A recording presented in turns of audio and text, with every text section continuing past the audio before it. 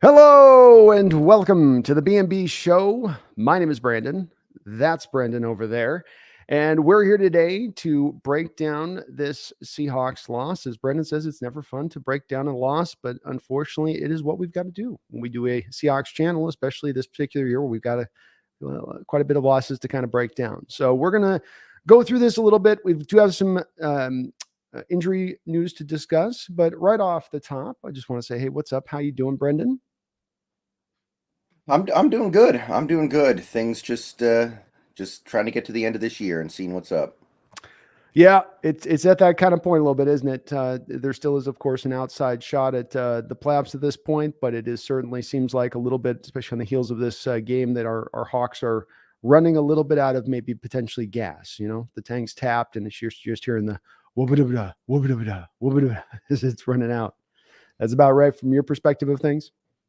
Yeah, I suppose that's a pretty good way of putting it. But, as long as we are mathematically alive, I have to believe that they can do it. There is still hope, Brendan. There is still hope. And what is the for those out there wondering, what is the breakdown? I know it's not too intrinsic right now on our pathway to the playoffs. Basically, we need to win out. I think that's the first step. I think we all understand that, even if we did somehow make the playoffs going 1-1, I don't think that's worth talking about. So let's just talk about what's worth talking about here. Seahawks went out, Packers lose one game, Commanders lose one game. Or the Giants could lose both their games, but they're about to play the Jeff Saturday Colts. So I think that's kind of off the table. Agreed. But the Commanders could absolutely lose a game easily, and so could the Packers. So it's very much alive, and I don't see any reason for this team to just accept their fate here at the end here. We got 2 games left. It's on the table. It is on the table, and if you still got room to fight with 2 weeks remaining, the NFL is a weird, wild place. We've seen these swings at the end of the years, in the last week of the years, even at times where teams that you thought for sure were going to get in, no doubt about it, and something just crazy happens that upends it. So I agree with you. I'm still going to be interested in following this team and hoping maybe we can get a Seattle Christmas miracle here the last 2 weeks, Brendan. And so it is both then the Packers and Washington. We can't have just Washington lose and the Packers win out. We don't get in that case if the Giants, of course, don't lose twice. Right. That's basically the long and short of it. Tua let us down. That's, I think, the bottom line here. Tua really let us down. Oh, boy, that guy with his concussion situation. I mean, there's a lot of already being discussed parts on this. I think you and I have already talked a couple about times about him, but it's just it's already happened now multiple times this year alone in the first really full year he's out there rolling. And you do wonder long term with that guy, is he going to have to call it a day with this stuff? You know, I think back to Steve Young, who had to do that with the very same thing, just kept getting the bell rung over and over again. Boy, his head just naturally, for being a guy closer to the turf than the taller guys, his head just snaps off the back of that turf like nothing else I've seen at times when he's getting thrown around a little bit. Well, we do have a little bit of injury news. Brendan, can you update also the audience a little bit on what's going on with our Hawks? Because we did have one of our guys put onto the IR today, meaning he is done for the season. Yeah, we got to talk a little bit about the injury situation. A lot of it we don't know about yet. A lot of it Carroll kind of threw up his hands about and said he needs more information. But we do know about Will Dissly. He is on IR, meaning that unless we make the NFC title game, he's not coming back this year. Knee injury didn't sound terrible, but obviously enough to keep him out. So ends Dissly's probably best season ever. Yeah, I think that's an accurate way to put it. All around, you saw what 350 yards receiving. I think at the end of the year here, a couple Yeah, touch 350. receiving. Three Yeah, touchdowns in the first month, and then somehow he forgot what the end zone looked like. I guess I don't know, but the kind of the thing I want to talk about here with it as it regards to Dissly, because I posted a video about him being out for the year on my channel. A lot of people were like, "Oh, see, this is why you don't extend an injury-prone player. Well, why do we give that contract? That contract's terrible." I want to talk about that for a minute here because I think people need to understand that in a 17-game season, when you are a two-way tight end, somebody who blocks and catches the ball the way Dissly does, you're probably not going to play the full 17 games. And if he ends this season having played 15 of 17 games, I think that should just kind of be in line with what your expectations are for pretty much any player in the NFL outside of a kicker these days, right? Mm-hmm. I think it's a fantastic point. We're not in the age anymore of a 16-game season, and guys are injured now as much as ever for a variety of different reasons, but it's the reality of life.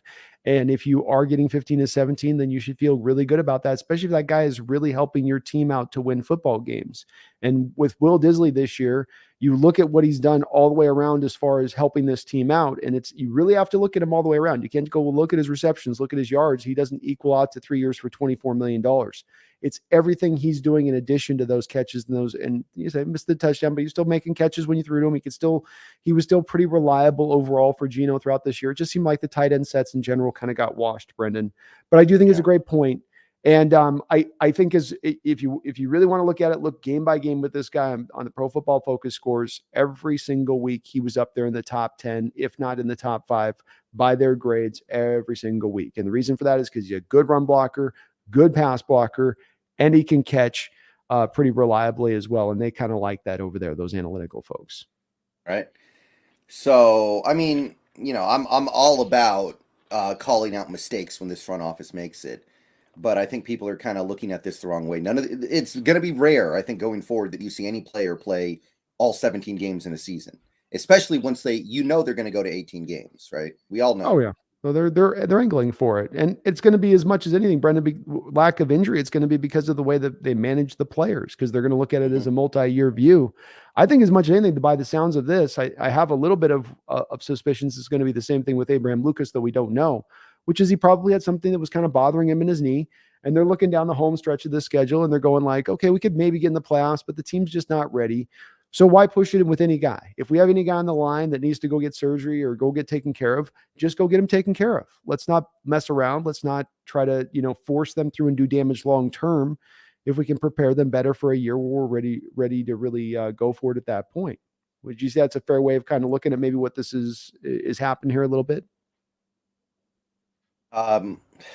Yeah.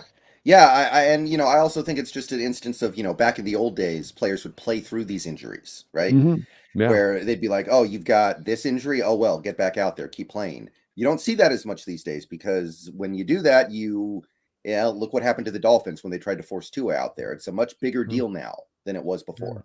Well, it's and if it's not a head thing, if it's just the lower leg things, which you're right, they used to do with that stuff too. It's that you go out there and play, but you cause long-term problems. That's where you get the long-term arthritic-like conditions or bone spurs or any variety of things that occur, scar tissue issues. All these things that can mount up when you just don't allow it to relax and recover fully. And press back. I wonder that a little bit with Russell Wilson, for instance, with that fingers thing, and he came back so fast with that finger thing, and it was such a major, major surgery. I still to this day wonder a little bit if that does affect him on his hand and his ability to kind of still sling it accurately and get a good, equivalent grip to what he used to have, right? The same. Yeah. Who was the guy who played with a broken leg in the Super Bowl back in the 70s? Was that Jack Youngblood? Oh yeah, there is a guy. It might have been that guy, or it was Lambert, I think. Yeah. Okay, there we go, Lambert. Yeah, I don't think that would happen these days. No, I don't see a guy that being willing to go out there and do that in the same way. That was a different brand of player back in those days. These guys now are, and then look, they've got $1 million, bodies to take care of. Back in the day, it was like, well, it was rough all the way around. You weren't making a lot anyway, so it was definitely for the love of sport when you were doing it back then to still go out there and do it. But I couldn't imagine. Hell, I can't talk tough. I wouldn't go out there and play with the broken leg. I'd be out there going to think you actually go out there and play it full out. Mm-hmm. Yeah, tough. different time. Yeah, so definitely. I just wanted to push back on the Disley stuff because I see some people talking junk about him ever since he got hurt. And at the end of the day, he's going to play 15 games. And, the way he plays the position, I think it makes sense. Yeah, I do too. You're like your point on the 15 thing, 15 to 17 games, whether it's running back, whether it's almost any position outside, maybe quarterback, I would be looking at it through that lens. And if I was a smart coach, quite frankly, I would kind of build it into my plan for a team throughout the course of the year anyway. It's just going to lead to having, especially on a playoff run, more fresher guys down the road.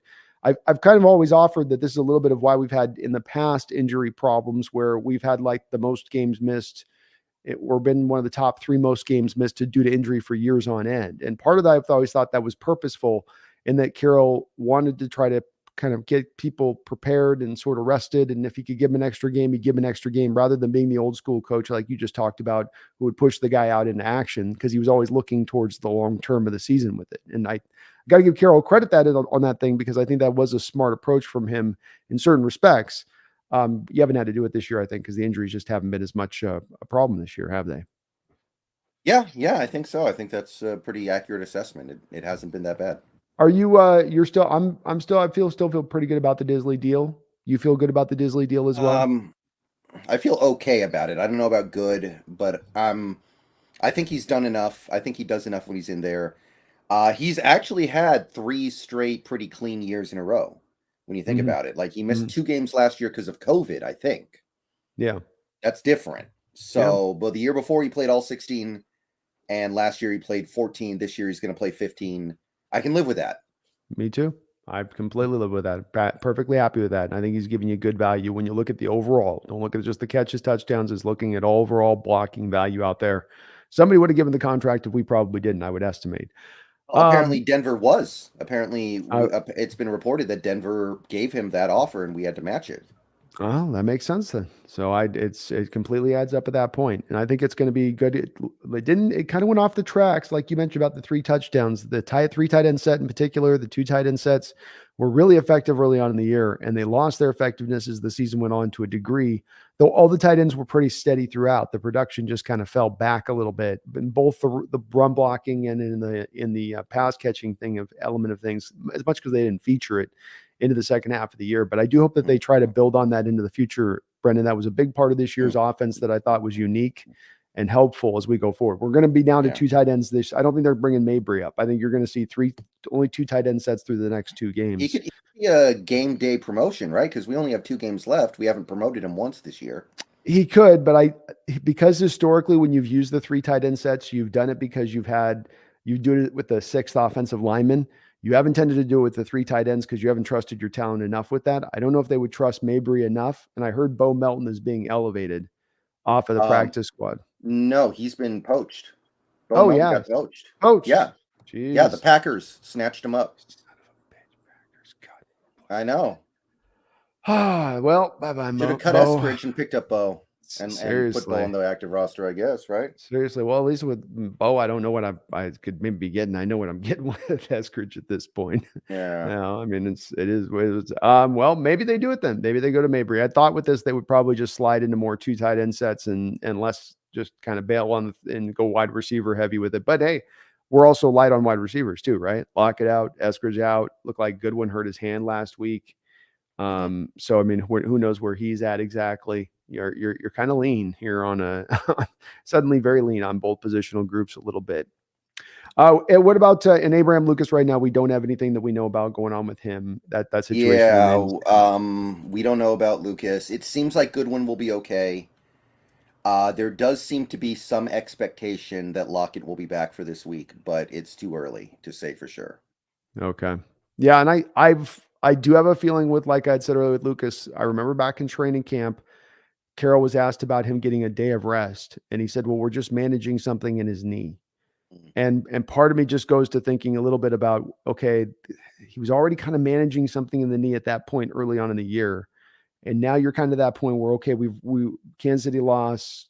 We're long odds to get in at this point. Let's think about this kid's future. We'll see if it's maybe something more serious. But there wasn't in the case of both of these 2 guys, Brendon, be it either Abraham Lucas or in the case of Disley. These guys weren't carted off the field.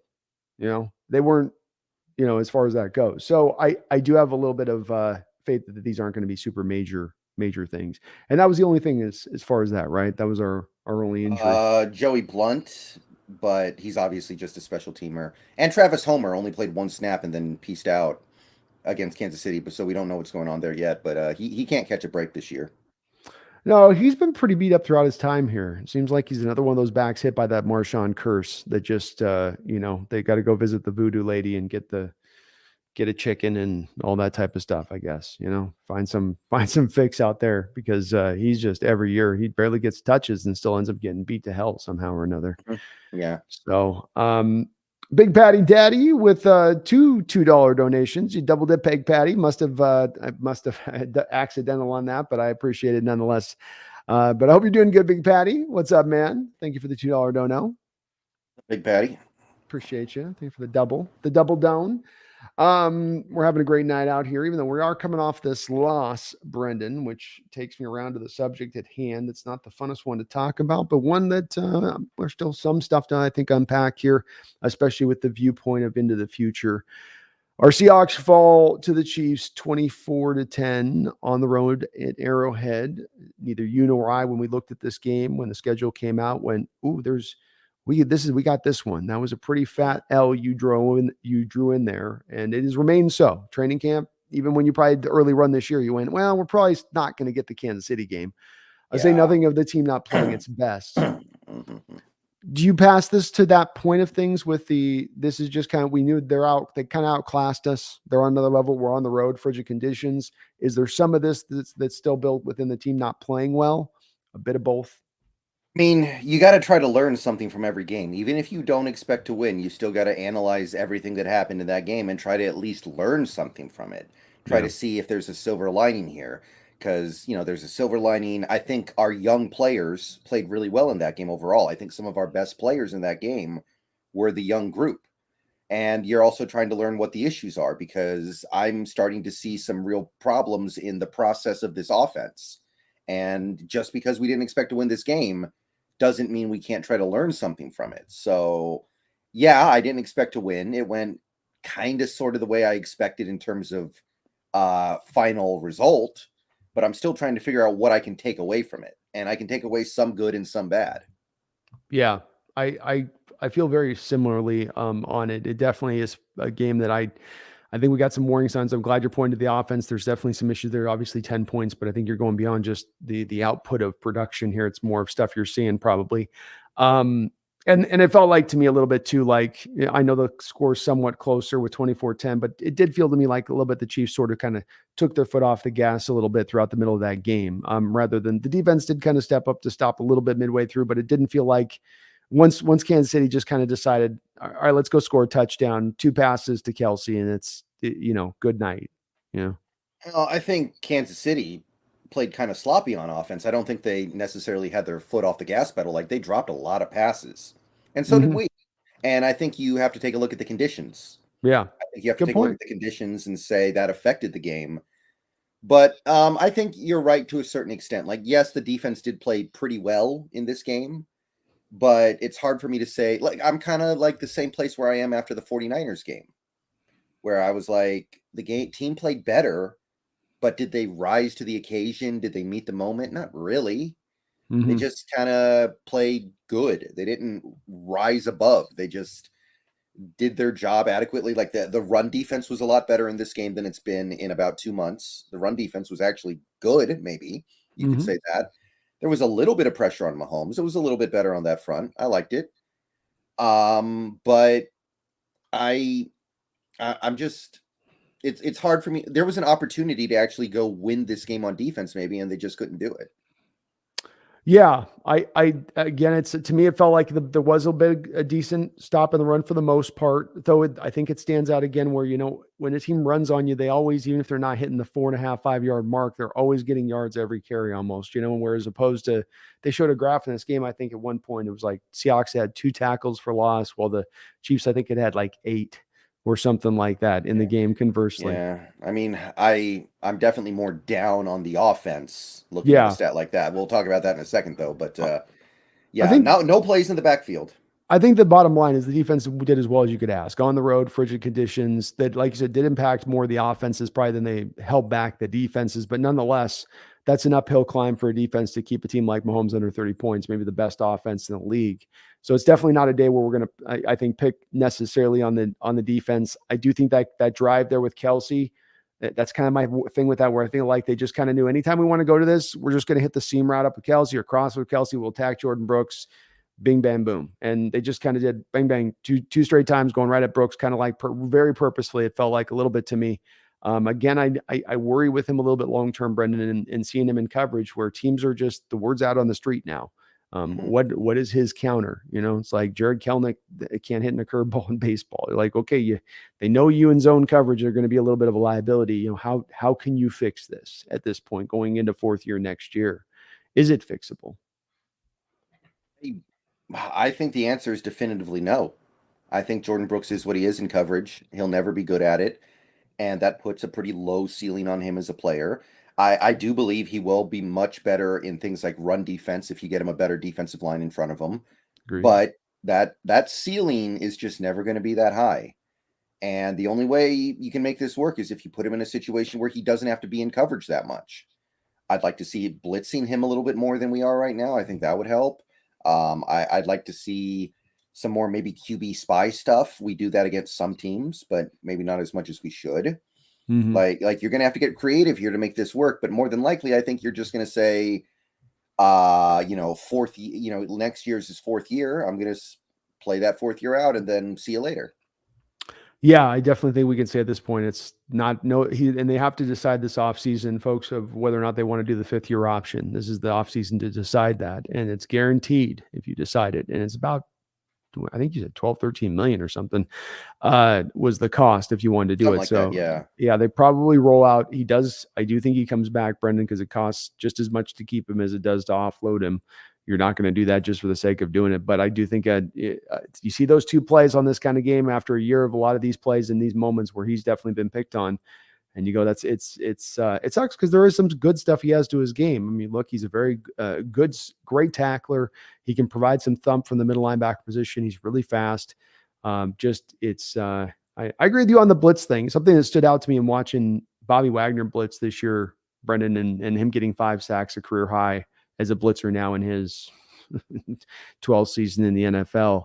Couldn't help but wonder sitting there while thinking about that time. And boy, were we sitting on maybe the best blitzing middle linebacker in the sport for all these years, and we just kind of sent him at a much lower rate than other defensive coordinators would if they knew what they had in their pocket in that respect. I'm not saying I know that to be the answer, but I do wonder that a little bit. And when you talk about maybe finding another way to use him, like blitzing, kind of brings that thought to mind when I was watching Bobby here up against the Broncos this weekend.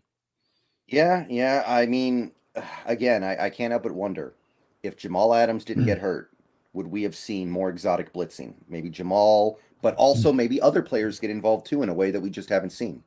Like Yeah. we've seen it a little bit. Like we've done a little bit of nickel blitzing this year. It's actually worked pretty well. Yeah. We've done a little bit of linebacker blitzing this year. When we've done it, it's worked well. But maybe we would have done a lot more of that stuff if we had Jamal Adams kind of being the head of the spear of the blitz. Yeah, that's good. It's a good way to put it. Very good way to put it. You mentioned the young guys. It looked like PFF had Tariq and Boye Mafe as our 2 top-rated PFF defensive players in this particular game, which was, to your point, good to see the young guys doing well. I also thought that, in my opinion, as crazy as it might sound, and I thought live watching it that I thought Tariq Woolen was again trying to bait Patrick Mahomes on that throw. I think he just knew this guy can't outrun me. I can outrun this guy by a wide margin, and he knew he could catch up to him. Am I maybe overstating that with Tariq? Do you think, or is that? No. I think he probably is betting on his physical traits a lot. And to my knowledge, did he give up a catch in this game? I don't think he did. Or he gave up one. So. He gave up one. I think he gave up Okay. just one. There was one catch at one point, I believe. I Yeah. should check the BFF, but something like that. It was only one if it was one, and it wasn't a big, like, huge throw down the field. So, yeah, Brendon, I've never seen a rookie cornerback doing that. I think if we turned on Deion Sanders tape in his rookie year with Atlanta, you're not watching him baiting quarterbacks, even with his speed at that time, and that he's this comfortable to do so without the technique clicking into place, without the recognition of route reading concepts. It blows my mind a little bit. And it does give me a little bit of happy encouragement coming out of this game to see him, make a play like that, not get tested by a guy like Mahomes, and he's doing this. Mahomes, a Hall of Famer, just going, not even into his, barely rounding into his prime. He ain't doing this against some secondhand quarterback that's, in that moment. And it just very, very impressive to me. Yeah. I thought Woolen and Mafe were probably maybe our 2 best players on defense. I think that's fair. Mafe had one of the tackles for loss that we had. I think we only had 2 the whole game. He had one of them played the run well. I think that's a pretty accurate assessment. Yeah, I can't think of anybody else on the defense who played better. Maybe Nwosu, but Nwosu didn't have a huge impact in this game. No, he was just kind of, solid with it at the end of the day. And again, the defense didn't do horribly in this game by any measure. It's just there isn't a lot of noteworthy stuff, I think, on the other side of it when you go down to it. Cody Barton has been outplaying Brooks, I think, over the last 5 or 6 weeks. That's pretty fair to say. Yeah, I do. I mean, I'm not really turning the corner on Barton though. I feel like he's so weak against the run that the rest is just completely untenable. Like he could be really good in coverage, it just doesn't matter. You have two middle linebackers with the same problem, just in two different ways, don't you? I Yeah. mean, it's the inverse of one another, so to speak. And yeah, I have the same issue with Barton, where it's just, yeah, there's some stuff here that's good, but then this part of just, you see it, you saw it sometimes in this game, just overrunning gaps, just going past plays, just kind of in the wrong position at the wrong time. It's like Bruce Willis and Die Hard out there, wrong position, wrong time. Yeah, I So, got a question for you about this defense though. mhm. How do you feel about Daryl Taylor lately? Because I'm getting a lot of comments from people who are saying he looks a lot better this last month. He's doing more stuff last month. And I kind of see it, but I don't know if I'm like changing my view of him as a player. What do you think? I think if and this is just, I'm sure, I don't know if they're even thinking of doing this, Brendan, but this has been a thing I've been thinking about, and that if I can go out there and talk a team and who's a 4-3 team into potentially packaging a Brooks and a Daryl Taylor together, for instance, two players that aren't maybe as better suited in this 3-4 defense, I would do so. And I hope he's building up the value to maybe allow them to do that, especially if you were to draft a Will Anderson at the top of the draft, because you're going to have to move somebody off, and hard to see it being Nwosu at this point over a guy like Daryl Taylor, say nothing of Mafe. And maybe you would have a team out there, Brendan, that would look at it and go, well, yeah, he just needs to be on a 4-3, put his hand in the dirt, get him off the edge, let him run Leo, let him run wide 9 off with his hands, or whatever they're going to, just find that team that can maybe be talked into that. I think that's more of the ideal.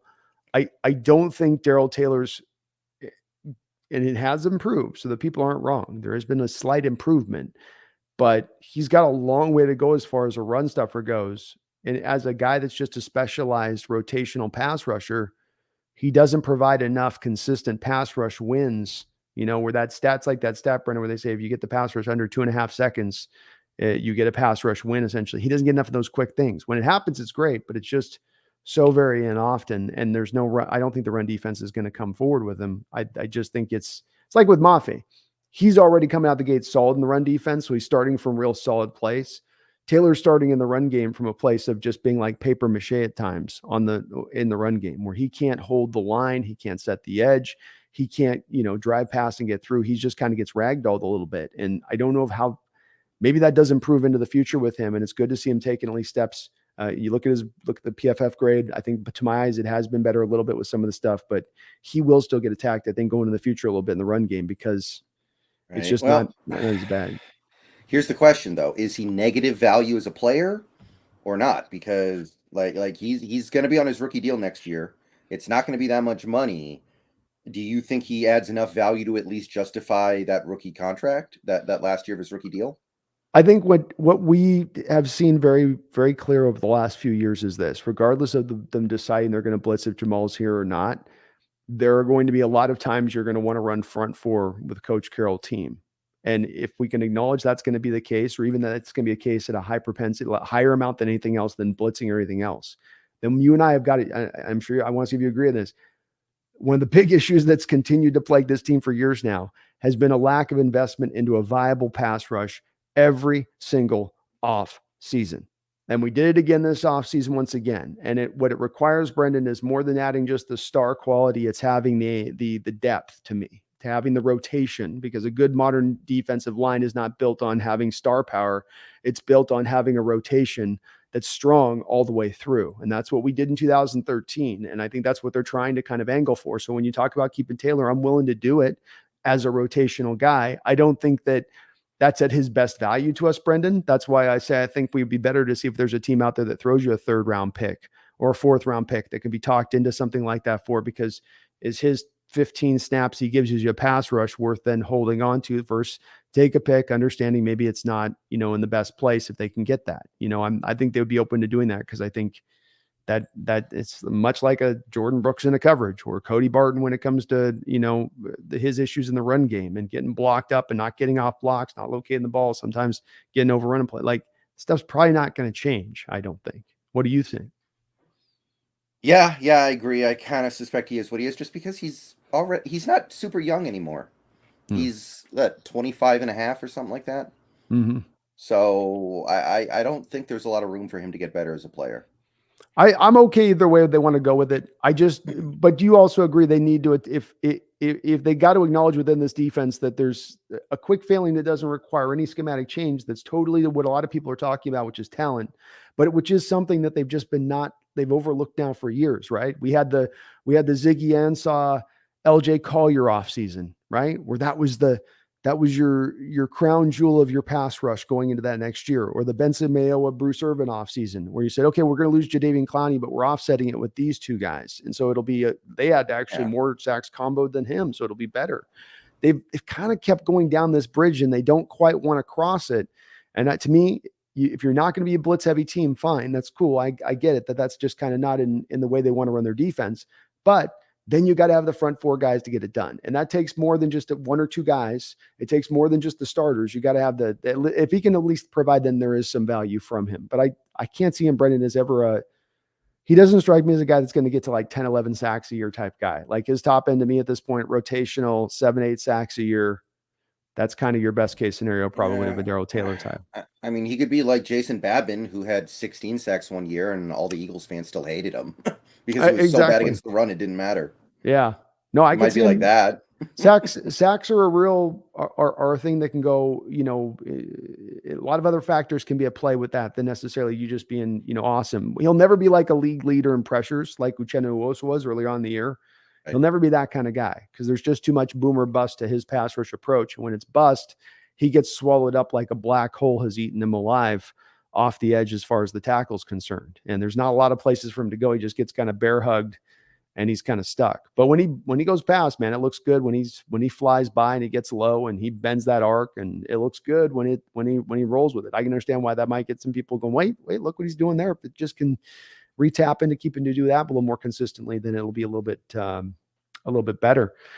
Was there any other spots on this defense that jumped out to you from this game that was noteworthy? I mean, I guess Michael Jackson played a pretty solid game on the outside.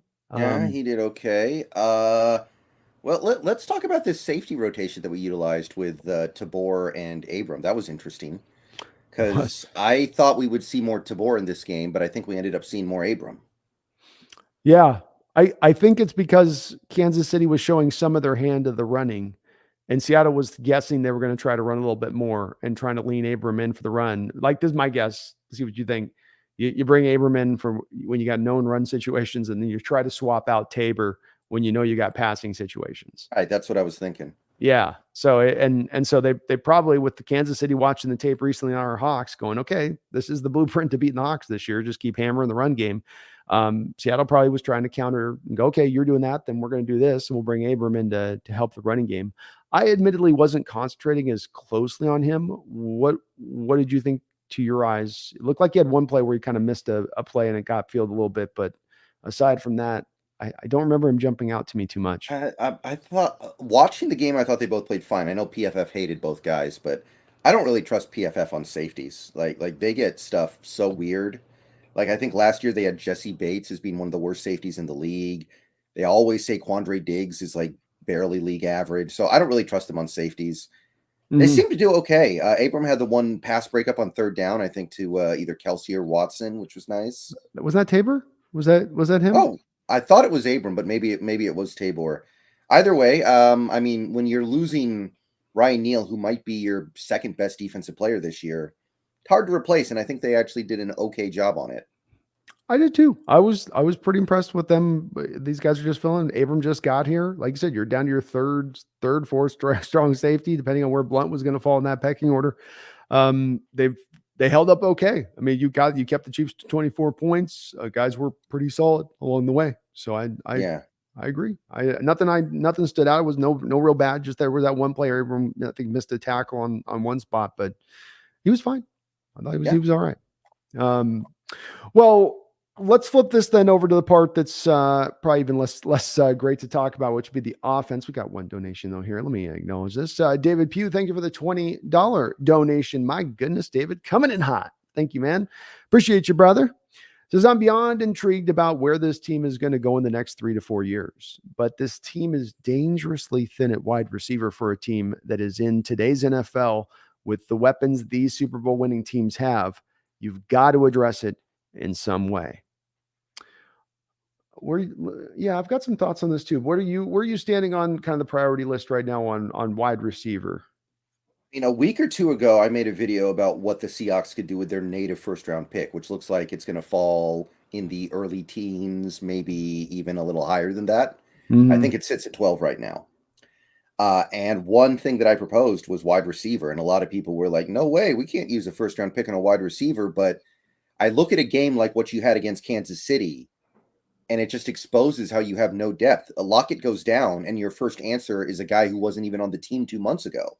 Mm-hmm. Who does nothing despite playing 68 snaps, or no, it wasn't that many. It was a lot of snaps. It was like 65. Yeah. And he does nothing. And you've got guys who have been on your team for years, like Penny Hart. They do nothing. Derek Young.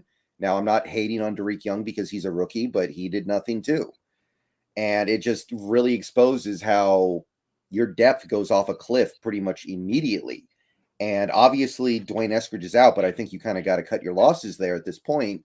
So I am absolutely, if we're not going to use that second first-round pick on a front seven guy, and there are some front seven guys in that area I like Foskey, possibly Trenton Simpson, then I would say my second priority would be take a look at receiver and see what you can come up with. So, yeah, I'm all over the idea of getting a receiver.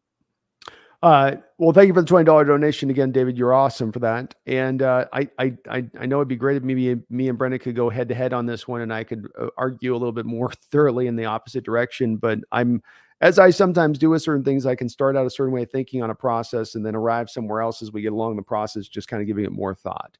And you asked me this a month ago, Brendon, and I would have said, I just think we got other bigger priorities than wide receiver.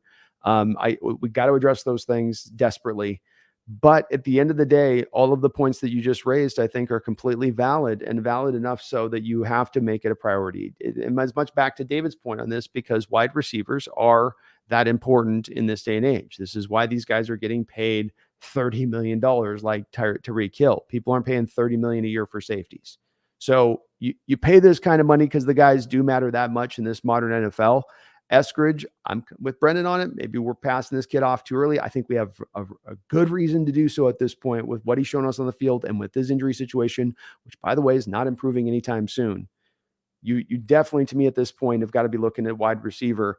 Lockett's getting older. He's played a lot of football. He's been pretty stable, but you need more insurance for that position. You can't afford to go off the cliff and then just hope. One other point on this, Brendon, as I'm looking at this draft, I'm seeing a draft, folks, that is not stacked as high in tier 1 talent. The tier 2 talent maybe is not going to be the greatest.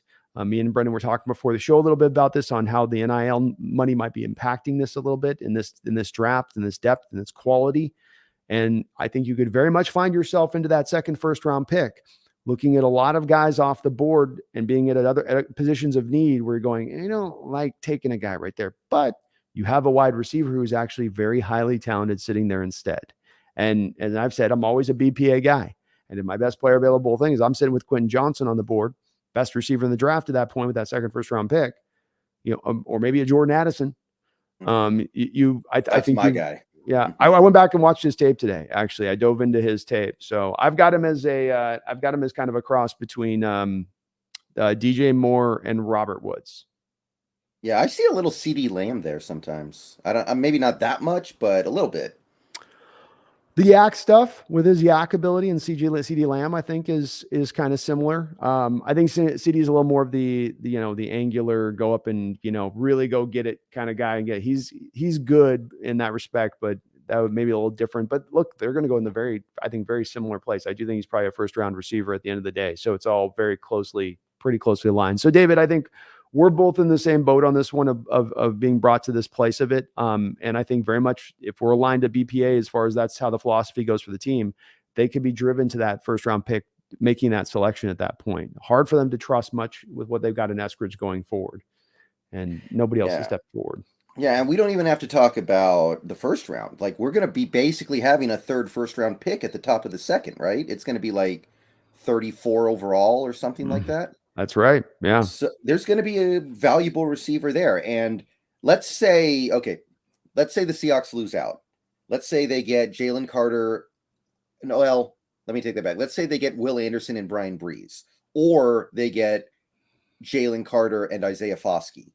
Okay. At that point, you've done a really good job addressing your front seven. So what else are you going to do when it comes around to your basically third first round pick? Are you going to get a safety? No, I don't think so. Cornerback, Carroll usually doesn't do that.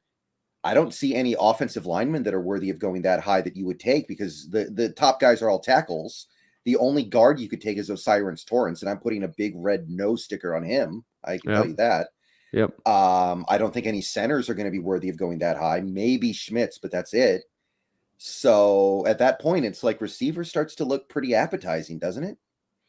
It does, because though, to your point, yes, Schmitz would be a guy there that would be probably pretty good value to go with that. But then you also could look at it like, but I wait till that second round pick, and then I can then maybe look at Luke Wilper, Patterson from Notre Dame. I can look at the Wisconsin kid Tipman. I've got 3 guys that are I'm putting third round grades on those guys right now. I could be off on that, but that's also in reading up on the scuttlebutt. There seems to be some got them in the second, some got, so until you get the workouts and stuff, this doesn't really met out, but I think they'll be in that range, one of those kind of guys. And I think all those guys, though they're not exciting at that point, they're not the big upside kind of centers.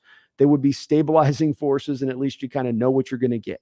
It's not a box of chocolates on this one. It's not going to be exciting. Not a lot of packaging, but they will just come in and then do the job. So you still could come back to the center position versus, to your point again, BPA, best player available. What's the higher rating here? Do I go for the center who's kind of a borderline second round value, or do I go for the top, high second round receiver, or back end? I have a first round grade at the back end of him as a wide receiver instead. And that's why I like to be driven by BPA, Brendon, because it leads you to the light. It takes you to the light all the time. If it makes you in a hard decision, no, go this way. Don't go for that low floor and just get concentrated on that. You're trying to build a team that's talented, that's good, that's, got some upside to it. You're not going to get there by always going for the bottom end. Yeah. Do you think there's any way the Ohio State guy falls to the top of the second, or do you think he's a definite first round guy? Which guy? Jackson, the hyphen guy. He's a slot. What's now look, Justin Jefferson went as a guy out of LSU that played primarily in the slot, and everybody projected him as a slot only guy at the next level. He's obviously shown himself to be way more than that, right? So I've been down this road before, Jefferson, where I missed on that, where I'm like, how do you take a slot in the first round? Like, how can you do that? But we're in the modern NFL. 3 wide receiver sets are commonplace for a lot of offenses.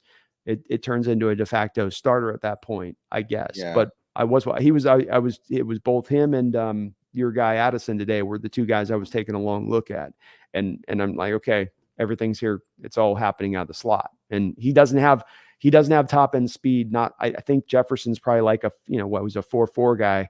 To me, this guy's like a 4.55 guy, right? So you're not really going to be able to put him on the outside. He's not got necessarily great size to him. He's okay, but he's got that kind of Chris Olave like body from last year a little bit. And so I just think with him, he's good, man. But what do you think? Would you draft a slot in the? Well, I'm just thinking, if we got CJ Stroud, let's say we go down that path, do you get his college teammate?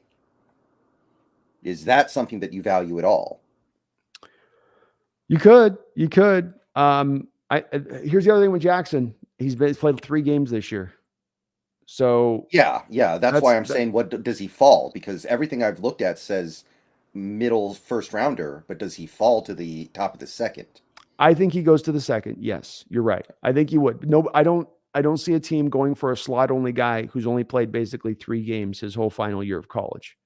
Okay. That to me will be enough to push a guy out of the first round. Maybe somebody's enticed enough to the second, but definitely I can't see a team that's going to bite on that in the first round. It won't be in my mocks in the first round for that. Unless he goes out there and runs some 4-3-3, unless he just absolutely burns it off the, whatever with it, which he just doesn't have that. You can see it. Watch with him his game speed. He's quick, right? He's got that slot. He's got that slot gear. He can really cut sharp like you like out of the slot.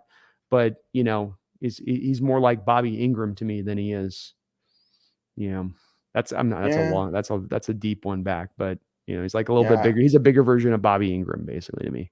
Okay. I'm just thinking about the different paths here. There are going to be other receivers you could get early in the second too. Yeah, I have a feeling that the classes, as we've seen in recent years, Brendan, is going to be pretty well stacked up with receiver. No matter where the talent is from the rest of the board from the draft, that one tends to be pretty legitimate on that side of it. So I think we'll be able to find a guy and look, if that's values there, grab it. And I would be in favor of it, and I hope the Hawks are driven that, because right now we look at the receiving core, it's light, and luckily DK has been able to play every game, but he's come close getting injured this year too. So you've got to do more than what you've got right now with these guys. And it's not enough. Not in this modern NFL, and not with the extra game in the season too. Like you talked about before, 15 to 17 games. I need to have a guy that can pick up the slack for a few of those other games where the big dogs can't run, Right. David P with another $10 donation. David, thank you so much, man. You are awesome, brother. I really do appreciate it. Says, also, I'll never donate to this show this offseason without yelling, "Get Brooks off the team." I'll fight anyone on this. I'll pull tape on him for treasonous acts against our defense. I don't care what anyone says. Trash. It's I love that energy, by the way, David. Let's go, buddy. Let's go. This is where I come back to David's going, look, can we get a trade? Let's just try to realize what we got and let's go on. Let's get to, and again, we're trying to get back to the spirit of what led us to the promised land before, right? Was not holding on to a guy waiting. Maybe this year. Okay, maybe this year. Okay, how about this year, right? What they did before is you go out there, roll, we're going to give you a shot. If you don't show it, you're not going to be out there. We're going to put somebody else out there. If there's somebody better, we're going to put you out there, right? We didn't draft Bruce Irvin, right, Brendan? And then once we had brought in Cliff Averill and Michael Bennett and said, well, Irvin's got the first round pick. He's picked 15th in the first round. He's got to get snaps over you guys.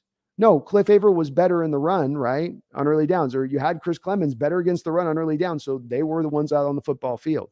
And I do think with Brooks, for me, it's hard not to think that you couldn't do better with the liabilities brings in coverage. Again, just to remind folks, he gave up almost 1,000 yards from the linebacker position last year in coverage. He gave up on 2 plays alone in this game. What did he give up to? 70 yards on that drive? Yeah.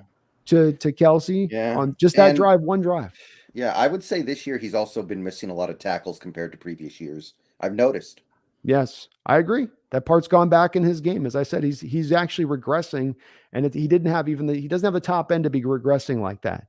He really doesn't in that way. So David, I hope that they do look to find a team out there that'll maybe go, look, he just needs to be in a 4-3. He just needs the protection up front. We'll be blitz heavy, so we won't put him out there in coverage much. I think even a team that would be very man heavy, that you could find a team, because he's actually good in man, but of course we don't run man coverage. So you never get to see that out of Brooks. But he's actually pretty good as a man coverage guy. It's just that you're going to have to try to talk some team into it. So David, yell away on that one, man. Me and Brendan are probably pretty closely, at least in my case, I want to talk to you, Brendan, but I'm definitely on board with saying, let's find someone else. You can't afford in this day and age to have linebackers that are that bad in zone coverage. You can't have a linebacker giving up 1,000 yards in zone coverage every year. It's just, at the very least, you got to get another linebacker in there who can actually take over as your main linebacker. Also, another thing about Brooks that I haven't talked about very much this year that I should be, it seems like the defense is not good when he's the play caller. When Cody Barton was actually handling, those duties, the defense was better. I think I did hear Carroll talk about him being a little uncomfortable with that early on in the year, that he was getting used to it. Yeah. Makes sense. So maybe that's a way they can help him play next year a little bit better. Take that out of his hands too. Jordan with a $10 dono. Thank you, Jordan. Hope you're doing well tonight. Says, I don't think we need to use a first round pick on a wide receiver, seeing as how Pete can usually find a quality wide receiver in the second and third rounds. But we definitely need a solid third option who could be a number 2 when asked. Thank you for the donation first, Jordan. Again, awesome for the $10 dono. What do you think about this one as far as we can find him in the second or third round? So a first rounder is really not needed. It's not needed, but I want to at least think about it when the opportunity's there. If, let's say we end up picking at like 12, it's very possible Quentin Johnson or Jordan Addison is not only the best receiver available, he might be the best player available at that spot. I don't want to Mm. pass up just because I feel like I can get another receiver in the second or third round when you never know who's going to be there. You never know. Like, yes, we got DK Metcalf in the second round, but that was because all the other GMs in the league just had their head up their butt for that one particular player. They just had a blind spot there that in hindsight doesn't really make any sense. That's not going to happen every year. Yeah, I see where you're coming from, Jordan, with to Brennan's point on that in the reference of you got DK Metcalf, you got Tyler Lockett that you took in the second round. So there's two successful points right there, and those are successful points. I would say, though, that we could also find a whole lot of misses if we go through this territory as well. For instance, Paul Richardson was taken, and he showed you some flashes, and then finally the last year he was here gave you a reasonably productive year before he went and signed a major contract. But he certainly, for a guy you took in the second round, didn't get a tremendous value because of his injury situation and what happened in that first run, taking him in the depths of the second round. You've got fourth rounder Chris Harper that you took out of Kansas State, who was cut in training camp. You have fourth rounder Gary Jennings from a couple of years ago, who was also cut in training camp, did not even make the team. So if I, and just to be fair, just kind of looking in my mind then of, okay, what are the other receivers you've taken then through these years and had those successes then at that point? And I don't have a lot of guys I can look through, because then I can also add, of course, onto the stack Eskridge, who now falls in the line of being a failure. And that's a second round guy right there. So you've had just as many kind of misses in the second round as you've gone to it. When you've gone the fourth round, near that third round range of it, it's been complete miss city as far as the receivers go. So this is where I do come back to why I'm in favor a little bit of where Brendan's talking about going for that first round pick, Jordan, because you do have, that's where there is the value. That is the guy that is the difference maker there versus the guy you get then into that third round.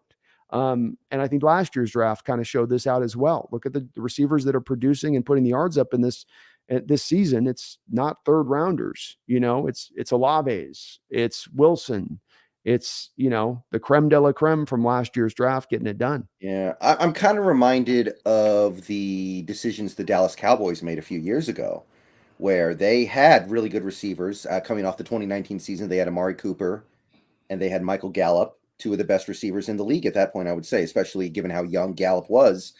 And then they spent their first round pick on CeeDee Lamb. And my first thought was, why are they taking another receiver? They need defense. Their defense is terrible. And the next year, their defense was really bad. But in hindsight, do you think the Cowboys are regretting that decision to spend that pick on CeeDee Lamb? Probably not. No. I'm sure they're thrilled with it.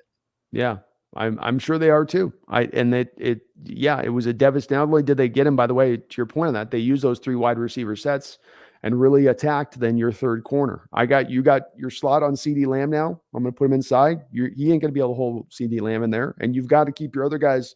You can't have them follow CeeDee on the inside, because you want to keep your guys to the outside on Amari or Gallup, who with his deep speed, who can take the top off the defense. So it's where this modern NFL is gone so much for me, where I'm driven more to, I wouldn't have been like this 10 years ago, but now understanding the need to throw like you do, looking at this team even this year, where we're throwing 56, 57% of the time, something like that this season. When I look at that, it means, okay, I need the guys I can actually get who can get it done on the outside. And again, understand that two guys like DK and Tyler, they played a lot of games over the last 4 years, a lot of games. That's highly unusual in football. So usually something's going to come up and strike. And there's no way we can count on Eskridge going forward as it stands, not with his injury situation, But Jordan, thank you for the $10 donation. And if they do try to go there, I'm sure they're going to have a guy they love there. So maybe they can strike gold. Once again, they have struck gold in that second round city before. Jordan, with another $5. We got the double donos going tonight, Brendan. Appreciate you guys.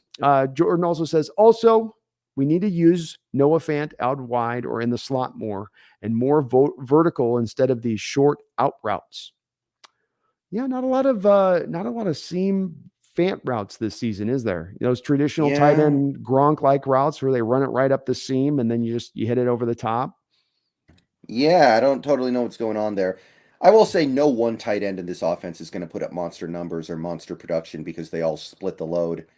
And I mean, even though Disley's usage has dropped recently, we've seen Colby Parkinson actually become a pretty heavily utilized target recently. But yeah, I don't totally agree with the way they're utilizing Fant this year. I like the way Fant's played overall, but I feel like there is a little bit of meat left on that bone. I would agree with that. Yeah, Jordan, I agree too. I think to your point on this, you got right now no Eskridge. Your wide receiver situation's a bit dicey. Goodwin with his hand, who knows how healthy he is. Let's try to work one of our really nice playmakers we have left with DK in this offense. And so, aligning him out wide would be great. As we know with Jimmy Graham, Coach Carroll teams. I can't make an like tight end joke right now, but it's something they haven't always done. Let's just say in the past with their tight ends and aligning them out wide, much less utilizing them out wide if they are choosing to do so in those rare moments when they would. But I'd love to see that too, Jordan. We got to manufacture some offense now. You got no Disley. You're down wide receivers. You theoretically are still in this playoff hunt here. So, try to, if you're offensive coordinator Waldron, this is what you do as an offensive coordinator is utilize the good stuff you have. The Raiders did this against us a couple weeks ago, right? No Hunter Renfrow, no Darren Waller. All they've got is Jacobs and Devontae Adams, and they got 400 yards out of those two guys. So, you got DK and Fant, find a way to utilize these guys to the utmost at that point. I agree. Thank you, Jordan, though. I really do appreciate it, man. You're very kind for the dono. David Pugh with another $10 donation. My God, David, thank you so much, brother. Triple donos tonight. David says, all I'm saying is our only two good wide receivers are currently Tyler, getting into his 30s, and DK, who is on a healthy streak that could break any season now with how physical he plays. After them, what we got? Yeah, I mean, I think that's kind of what we were kind of indicating there. To me, this last game against the Chiefs exposed it, and we'll talk more about the offense in a minute here, but Laquan Treadwell is your next man up, and he wasn't on the team 2 months ago. That's how bad it is. Yeah. I think it is what it is with it, David. And quite frankly, we've had years too where we've been hit with the receivers where it's gotten light in moments, and you've been snake bit by it. We're like, dang, we're a little bit tight here, and it'd be nice if we had made another extra guy. Remember that year Josh Gordon coming in, where he was such a welcome addition at that point, what he brought to the offense. But then he was quickly put on suspension just as he was becoming that third guy you could kind of bring into things. And it would be fantastic to be able to have a truly three-headed kind of beast, especially the three wide receiver sets that, I've seen against our defense. That's how we've been attacked in a lot of games this year. It's with those three wide receiver sets. They're very commonplace now. It's a little bit like the slot corner who plays 60% of the snaps sometimes now on defense. You're getting a bit of an equivalency with those slot guys. So David, sign me up, man. Sign me up. I completely was a little bit reticent on this one, but I find myself now more never kind of looking at this team going, nah. Much like our pass rush, I've seen this kind of get like or the running back room. I've seen this at times get thin in a way that probably need to attack now a little bit stronger. Yeah, by the way, you can also address this in free agency. I don't know with who yet, but don't forget about that possibility. That is true. And there's always usually at least a couple guys out there that are interesting names. If you can bring them in and talk them into, I certainly wouldn't want to do like an Odell, but you can find somebody out there I'm sure that's reasonable. Hell, Marquise Goodwin's played pretty good football for us. Hasn't cost us a lot of money. You certainly have maybe like a little bit better, even more of an upgrade than that. But I think there's a variety of routes you can go with this, David. I think the bottom line though is that you do want to get this receiving core more talented than where it is right now, and not just rely on Tariq Young and Eskridge to be guys returning next year to be the up and comers behind that. I don't think we've seen enough to believe that should be the case. Mm-hmm. David, thank you for the $50 in donos, though, man. You are awesome, brother. Renee Loza with the $2 donation says, I think Seattle should look at Nathaniel Dell at wide receiver. Not familiar with this one. Well, I thank you for the donation, Renee, and I am right now writing this down on my notes for somebody to take a look at. So I will go and scout him out for you, Renee, and take a long look at him. But yep, just starting to get into my scouting stuff on this, so I don't know all the names as of yet or where guys are at. But thank you for the donation and the suggestion. So it's a good receiver name. Nathaniel Dell sounds it's got a good sounding, Nathaniel Dell. Touchdown. Yeah, he can't go by Nate Dell though. That doesn't sound very good. No, it's got to be Nathaniel. Yeah, that's one of those say my whole name kind of situations. Mm-hmm. You're awesome though, Renee. Appreciate you. Taker 610 with a $2 don't know. How much better are we with a healthy Jamal Adams? Let's attack this on two question fronts, Brendan. Number one, but we're defensively what, around 28, something like that this year Yeah. overall, all things being equal. In general terms, where's our defense with Adams versus where it is right now? I think we're near the middle with Adams. Okay. So I think good, I think he makes everything better.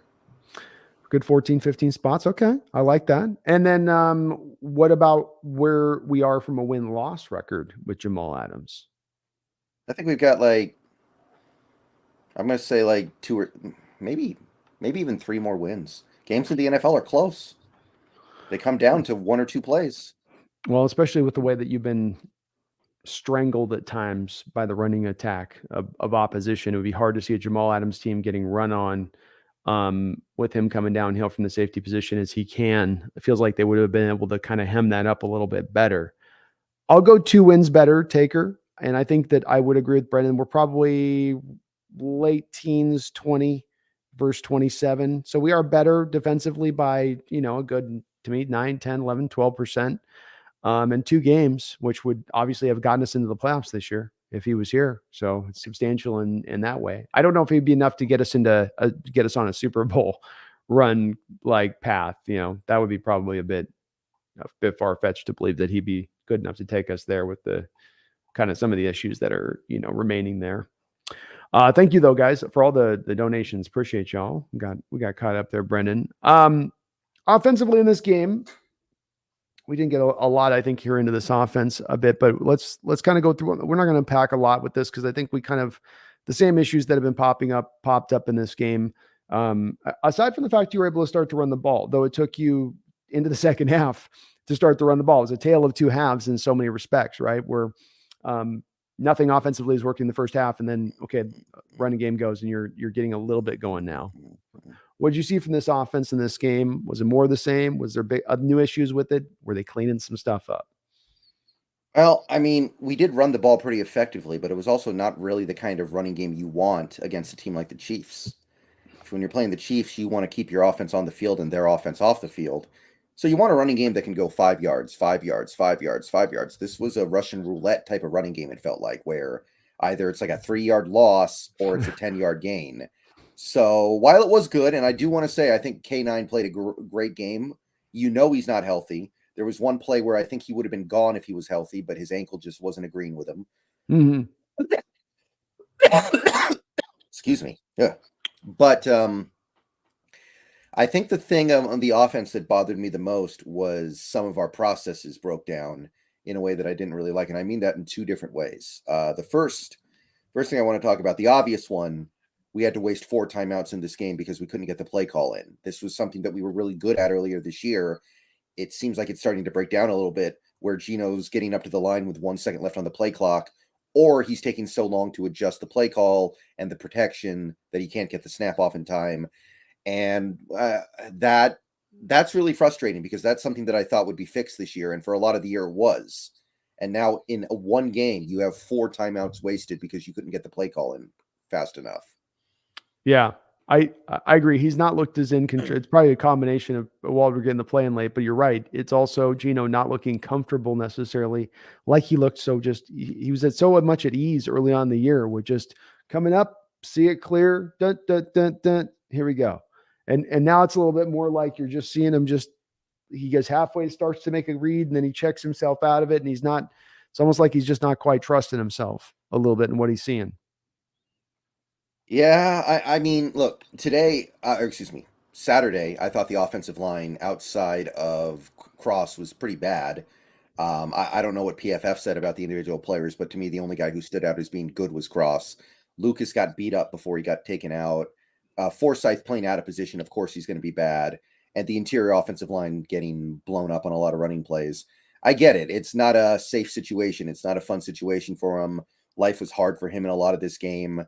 I understand these things, but this isn't just about the results. This isn't about, he threw this many passes, had this many completions, this many yards, this many interceptions, this many touchdowns. No, this is a process thing. Getting the snap off before the play clock hits 0. And for him to fail at that 4 times in one game, that's something that was supposed to be a lot better this year. And for a lot of the year it was. That disturbs me. Yeah. I definitely feel like they're kind of feeling around offensively all the way around from Waldron to Gino and trying to figure out. It went from kind of like them actually having a plan of attack to being feels a little more reactionary. Like, does this work? Well, how about this? Well, does that work? It just and I'm not sure why exactly, because they've gone away from some of the hallmarks of what made the offense so good early on in the game. And we don't run a lot of up tempo as well now. I mean, maybe that's to protect the defense, but it doesn't seem like he has much kind of as that as really is on the year, which was really effective. And you're right about the boomer bust. Again, not run the ball in the first half, but then Walker does bust out that second half on the back of a couple of big chunk runs to really help him get going on that game. But there's not a lot really, I think, new to unpack from this, Brendan, because these are issues that we know need to be fixed that aren't going to be fixed this year. Austin Blythe getting blown in the backfield in the running game, nothing new. Chris Jones was going to give it to him, and Phil Haynes, and it was going to be a long day with him. He's a great player, one of the best defensive tackles in the sport. So you knew that was going to be a problem for a team where that was already a weakness kind of in this game. But you're right. Cross was really the only guy that provided you much out there on the outside as far as good play goes. And as we've seen again, you don't win the line of scrimmage, you're not going to win the game. I know I worn that phrase out, but it does remain true. Odd too that they went Stone Forsythe instead of Jay Curhan, because they've had. Well, Curhan was inactive; they couldn't play him. Oh, and that's the other thing I'm going to talk about here. That's the other part of the process that breaks down. Abe Lucas has a bad knee. You can't tell me that you weren't aware of the fact that it was starting to flare up here at the end of the year, and you don't have any backup right tackles. So when he leaves at halftime and you put in Stone Forsythe at right tackle, after thinking about this for a few days, I think this is what happened. They realized if we let Stone Forsythe drop back in pass protection, he's going to get annihilated. So that's why I think they abandoned the passing game a lot in the second half. I think a lot of people noticed this, despite us being down by multiple scores in the second half, despite us playing a defense that is vulnerable to the pass. It felt like we abandoned the passing attack and just wanted to run the ball and get the game over with. Did you get that sense too? I guess a little bit. I thought they didn't trust their pass protection as much for sure. And so whether it was just him or all the way through from Jones up the middle, I just think that they looked at and went, I don't know if we've got enough here to have this hold up for us to be able to sit back and just sling it all over the place on the road in that environment. But maybe, I mean, I'll say this, it's, you mentioned about rising the occasion earlier. I didn't feel like the team was necessarily out there. Again, it's like I've said recently about this team is like, you had a chance to fight for the division with the Niners. Were you providing that energy on the field? No, it's kind of like, we'll try. And this week was like, well, we'll try. And it's not that they weren't putting it out there, but it was at the same level of intensity we've seen from other teams really going for it this year, really in the box. And it's maybe understandable because it's rebuild year and they're aware of it. And they're probably understanding that who they are and what they are at this point. And we don't have the hands on deck to get this done, so to speak. But I felt like that was more of it in just general. It's just, there just seemed to kind of a little bit of malaise and a cold game on the road, late season, couple games left, which again, it's discouraging because again, there's something to play for here. You guys it's not Cabo time. You guys got to win out. You guys could have gotten to the playoffs here if you beat this Kansas City team. But I think they just kind of knew. I don't know. I don't want to ascribe that too much because I don't know and I can't see the player's heart, and what they think. Right. But it did feel like that. Yeah, it's just my problem with the whole thing is just I feel like if Curhan was active, you put him in, maybe you're able to actually execute a normal game plan. Because I look at some of the stuff they did in that second half. They ran the ball on 2nd and 16. They ran the ball on a 3rd and 8. It felt like they decided after Forsythe went in the game. They just decided, okay, we're not really thinking about winning anymore. Let's just get the game over with. Because Forsythe in limited pass blocking snaps, by the way, did give up like 3 pressures. So yeah, he was getting abused in pass protection. So it kind of made sense. But why don't you have your backup right tackle active? That's the thing that kind of grinded me. Like Curhan has proven he's a decent player in this league. He played well last year. He even played well at guard in the preseason. Like, why wouldn't you want that guy active? That bugs me. And I'm guessing the reason why is because they are down Brian Monet and they're playing that offense and they want an extra defender to keep themselves a little fresher on the defensive side. And it comes at the cost of having the extra natural tackle you'd normally have active on that game day. I don't know that for sure, but that would be my wild guess on it. It would still frustrate me on it. It's not a good answer for me on that standpoint of it, but that would be probably what they would be like. Well, we thought they're going to be in there for a lot of snaps and high scoring game. And we need our defense to be he didn't want him to wear down or something, I guess, so let's get LJ Collier active or whoever it was out there that was the last lineman on the board for us that they had, right after the game. Because that game plan in the second half was just so confusing to me with all the running. When, by the way, it was working sometimes, but it was also really not working sometimes. We were running the ball up the middle behind Gabe Jackson and Austin Blythe and Phil Haynes getting destroyed by Chris Jones. And we just kept sticking to it. It almost felt like we knew. That part really did kind of annoy me in the game watching it, where and this is the way we would like to run, is up the middle all the time, but especially a game like this where they were having so much success getting to the edges. Another game, Brendon, where I don't think had one attempted fly sweep, which is supposed to be again, a hallmark of this offense. You didn't run one time, not even to just once. And then the runs to the outside were so effective, but you're right. They would always come back to, like, there was a magnet inside with Walker where we've run outside a couple times. We got to go back inside now. It's like at Chris Jones with Blythe down there, and those guys who aren't getting any push at all. Like, why? It's not going to work, and I thought you could tell with the Kansas City defense, maybe they got some bigger guys down there, some Clark Dunlap types, Chris Jones type. But from a team speed standpoint, which would be testing to get him to the edges, that's what I wanted to try to get him at. See if they can go sideline to sideline. I don't think that defense has the speed to do it. And you never really, you kind of let them off the hook with that, because when you did test it, to your point again, you kind of were able to hit it, Yeah. Can I make a really obscure old reference here? Can I kind of go on a weird direction for a second? Mm-hmm. Okay. 1976 Western Conference Finals, Warriors against Blazers. Okay. I believe it's game 7.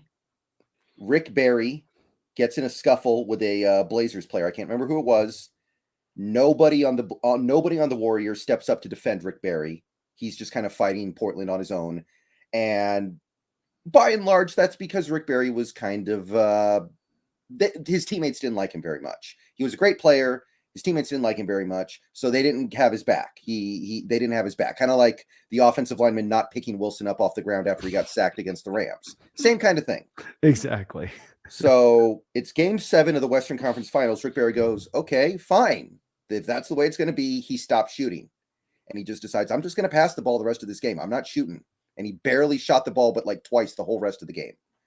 And the Warriors lose because of that. That's almost what I felt like from this game plan in the second half. It was just like, oh, you don't want to see me run the ball? Okay, I'm just going to run the ball every play. I'm running the ball 2nd 16, run the ball on 3rd and 8. I'm running the ball up the middle because I know you guys hate that.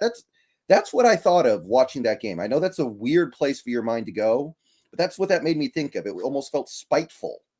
Well, I mean, to your point on this, though, if the team's looking at doing, let's connect this to the other two things, which is let's connect this to Abraham Lucas and potentially Disley, where, my theory on this is maybe these are guys that are just dealing with something. They've been dealing with it. And you just said, okay, let's shut this down. And maybe the team's looking at doing the thing that we didn't think they would ever do with this, which is kind of a little bit of a soft tank at the end, because there is a little bit of a mighty difference if you had gone 3-0 over these last games versus going 0-3 in draft positioning, right? I mean, it's a difference between being at like 19 versus 9. Isn't that about right? Yeah, I think we could get up to 8 if we lose out. So yeah, okay. So 8. That's 8 to 19, and in a draft like this, that is a swing of difference in the tier of talent that you're then picking with that second first round pick. There's good guys that'll be able to pick in the deeper parts of the first round, but there is the difference at number 8 versus 19, and I mean, we're in sort of Conspiracyville with this a little bit, Brendon, but I mean, there is a little bit of, I guess, some smoke, whether there's fire on this one or not. I guess we'll see as we go through the rest of this year if the play calling remains a little bit odd, a little run heavy when it's not been run heavy throughout the course of the year. We'll maybe see with that, because then there's the other part of that too. It's like, well, if you go run heavy, you don't have Geno throw as much. You pattern down his stats a little bit. Maybe you're able to bring him back in at a little bit more of a discounted rate versus having to throw the franchise tag around or do that type of stuff. So maybe there's something to this, man. I don't know. Yeah. I'm seeing some smoke here. See a little bit of smoke. Yeah. I don't know. It just, that's what it made me think of. It just felt spiteful almost. Like, oh, you guys don't like it when we run the ball? Fine, here. Very well could be. They're just could be they looked the team went, look, this team, and we had hoped we could get the team to galvanize to a point where they'd be ready to step forward and go this year, and we got close. We just couldn't quite get up over the hump. We needed a little bit more reinforcements, another draft, a little bit of free agency, and we'll be ready to go. It's possible. I mean, hard for me to see Carroll willing to do it, but it's possible. Chase Stern coming in with $100 donation. My God, Chase, you are incredible, man. Thank you so much for that huge donation. And we will give your question here, of course, the proper breakdown on this for the equivalent $100 donation. So strap in, Brendan. We're going to do a half-hour breakdown this one. Appreciate you though, Chase. You're awesome, man. He says, can you guys talk about the ideal off season and the team direction going forward? Merry Christmas, by the way. Well, Chase, thank you. So again, thank you so much for the $100 donation. Thank you never seems enough when I get a $100 donation, man. Just like, it's not upsetting, but I really do appreciate it. And Merry Christmas back to you, Chase. I hope you're having a great one with you and your family, and Happy New Year on that. But thank you, man, for the $100 dono. My goodness. I'm going to let Brendan lead with this, and then I'll give my kind of ideal off season. But yeah, give me an ideal. You're the general manager almost. You get to kind of make the call in this off season and what you want to do from an ideal standpoint. How do you play this one? I'm tagging Geno Smith and making this decision on Geno after the draft, based on who we draft. I'm doing that first of all. I'm a little cautious about spending big money in free agency. I don't know if this is the offseason to do it. I think if you're going to, the guy at this point is probably Daron Payne. That's the guy to look at. That's the guy to bid on. I remember before this season started, the name I threw out there was a Quentin Nelson, but obviously he's re-signed. If you want to find a tier 2 free agent to go after, I'd say Elgton Jenkins, the guard from, I believe, Green Bay. I think he just re-signed they just did a re-signing with him. Okay, they did? All right. Yeah. See, a lot of these guys get picked off before. Just did. Yeah. That's why it's hard to do those. When people ask us to do the free agents prior, we got to wait till all it kind of sometimes settles out. Yeah. Well, I think we can safely assume Daron Payne's making it a free agency because Washington can't really pay him because they're about to have to pay Chase Young. I think they already paid. They might have. Did they already pay Jonathan Allen, or are they going to? I think he's the first one up. They have to make a choice between the two. I think so. Yeah, and Sweat, like they can't spend $400 million on their defensive line. No, not when they got problems offensively that they need to address. Right. So I think that is the guy. But if it's not one of those, if it's not that guy, I'm actually kind of looking to chill out in free agency and see where the chips fall in the draft because we have so many picks. I don't feel the need to overextend myself this offseason. This is not the offseason I feel like you got to go, especially because I don't know what you're going to do with Geno. Maybe if you decide Geno's our guy, we're going to commit to Geno, you're going to be obligated to spend your money. But I'm kind of unsure right now where I want to go with that. Unfortunately, we're not going to know for sure until after the draft. Maybe we end up with Stroud. Maybe we don't have the chance to take Stroud. Maybe we end up with Levis, whatever. But I'm playing it a little cautious in free agency here. And I'm hitting the draft. And if we have a good draft and that bears out in the 2023 season, then I'm moving all in on 2024 the way we did in the 2013 offseason when we traded for Percy Harvin, got Bennett, got Averill. That's how I'm playing things, I think. Yeah, I think there's a lot of similarities to the way I would run this to the way Brendan did, Chase. I do think I would try to get Geno Smith onto a contract extension prior to the draft. I think that would be the ideal and having the leverage to him to say, okay, if we wait till after the draft, teams will have spent all their money, teams will have picked. Whoever you go to is not going to give you the same kind of contract. Again, where I come back to, we've got a lot of leverage in this situation to get that deal done. Because if I get the deal done prior to free agency, it's going to inform me on what I can spend on other stuff, how close the team is to truly being ready to go. If Geno's here in the long term, is a 1 year off, it does to me direct a lot of the other way I go with it. I think keeping Geno here is what you're going to do if you've got to franchise tag him or spend the money. So there's a big chunk of the money we'd have to spend this offseason in free agency would then go to Geno. Let's also remember that we have 4 picks in the first 2 rounds, which then takes another huge chunk of the free money that we have to spend. We've got to allot that towards that. And so when you then take all that money away, I think I get led to the same place, Chase, that Brendan does, where I go, I'm going to probably be pretty conservative in free agency. The only couple guys that have jumped out to me that would be maybe guys that I would look at it, there's, I think, Edmonds, linebacker from the Bills, center, Mitch Morse. from the Bills, I might take a look at if he's a scheme fit or they determine they like what they got from him. Certainly, Deron Payne, as Brendon said, would be my number one guy, Chase, that I would want to go to. Because I think you pair him up with a Jalen Carter or even a Will Anderson, like look out. You've got your front seven on the way at that point, and turned around in a big fashion with just those two guys. I think alone, either of those two combinations. So getting that done would be the way. You're probably not getting Deron Payne. Like, let's be realistic, right? Some teams are probably going to blow him out of the water. You're not going to want to go so high. You'd have to pay him extra to bring him here. You got Gino with his deals, so you're kind of being, maybe a little bit conservative. Maybe you could try to make another trade out there for a receiver or something, if that's a way to bring that guy in. The draft, I'm going Jalen Carter. I just dropped a video last night. I'm obviously all in on Jalen Carter. With the next pick, if you are at 8 or 9, because we do lose out or whatnot, or we come close to that, then certainly going back and even taking a Miles Murphy or a Tyree. I think Tyree Smith, kid out of Texas Tech, I think, or something, is that where he's at? It's Tyree Wilson, right? Tyree Wilson, that's right. Sorry, thank you. So I would go heavy on the defensive line early on, come back to the center position in the second round, address that center position.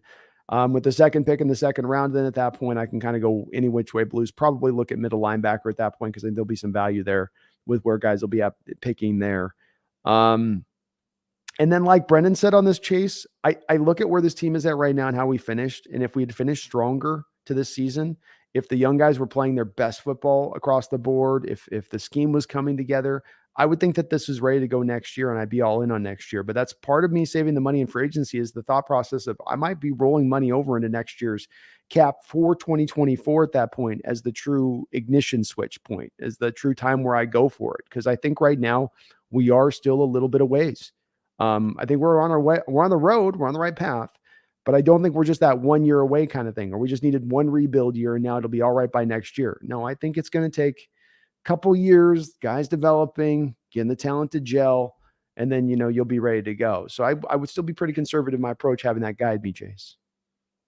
Yeah, I think that if we had a front office like the Eagles front office, because they're so aggro, they're always willing to put all their chips in the middle. And if it doesn't work out, they'll just find some way out and do it again the next year. Maybe then next year could be it. But we don't have that kind of front office. We don't if we had the Eagles front office, I would think, yeah, we're going to get Deron Payne this offseason because we're just going to do whatever it takes. And then we're probably going to trade for Khalil Mack or something like that, Right. But that's not really how we typically do business. And for this offseason, I think that's okay. But I do want to say that teams can turn it around very quickly in this league. I just don't know if that's the right way for us to be doing things right now. Yeah, and it's not that there isn't a path, I think, from my standpoint, Brent, that you could be good next year. But what I've talked about with this is that you got to recognize where you are as the team, and when is the time to really be in that go for it mode? When is the time to push those chips into the center of the table? You're right. A guy like Howie Roseman with the Eagles is going to push all the chips to the center of the table.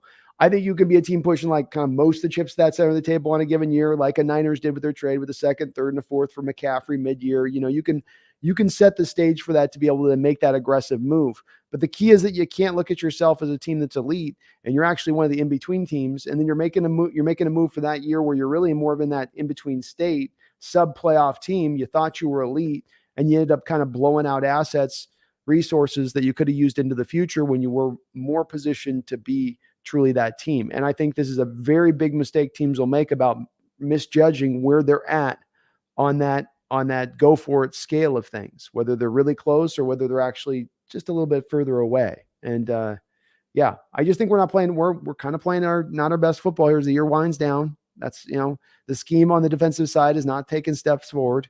You're looking at a lot of places you got to address talent wise. Front seven all over the place, absent maybe a position or two, right? Both middle linebackers.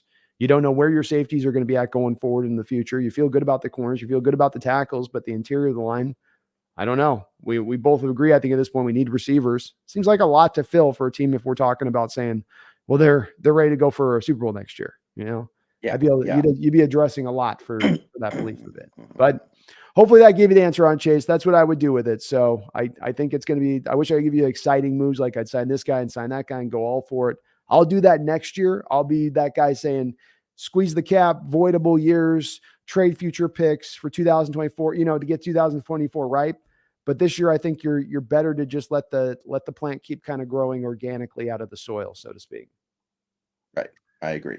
But you're awesome, Chase. I really appreciate you, man. And again, happy holidays and Merry Christmas. D Nugget with the $2 donation says, wow, Chase.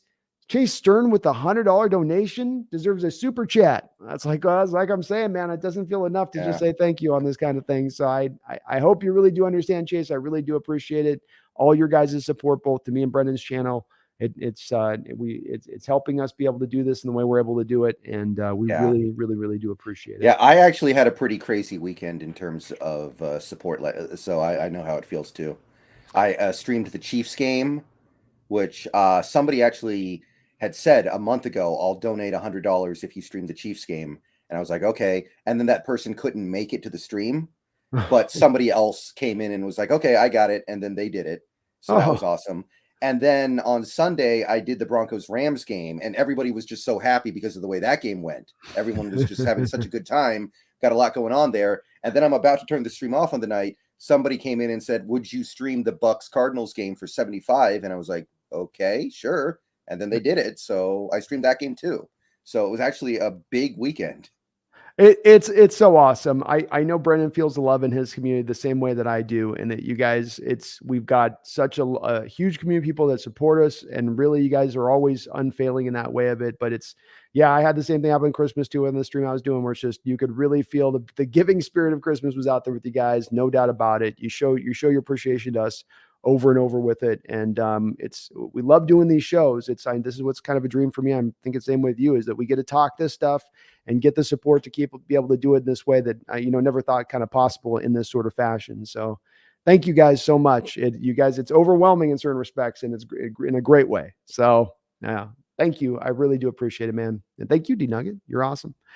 David Pugh says, wow, super chat for Chase Stern. Also, no one told me how good Breaking Bad and Better Call Saul were as shows for the whole time I've been watching. Both are 10 shows all time. Not cool, guys. Yeah. Yeah. Actually, me and my friend on Twitch a couple months ago actually did I'm gonna edit the video. I'm gonna edit all the streams we did together, but we spent like 8 hours ranking every Better Call Saul episode. Oh my goodness. Jeez. Yeah. Goodness. So yeah, I feel that. Yeah. Well, thank you for the $10 donation. And I'm a fan of both shows too, man. He did Vince Gilligan. Yeah, Vince Gilligan. Yeah. Gilligan. He's done a unique brand of show that was all its own kind of flavor it's hard to do in this day and age. Everything else, as we see that comes out now down the track, is all same shot, same filter, same color, same scenes. It's almost the same dialogue. You feel like you're repeating it. He had something that was completely original onto his own, and to make Better Call Saul do what he's done, pretty impressive. Hard to do those kind of follow-up shows and have them be of any quality. And it's it was originally going to be a sitcom. Oh, was it really? Yeah, the original plan was to do like a half-hour episode sitcom. Oh my gosh! And then they kind of realized maybe we can do something a little more substantial.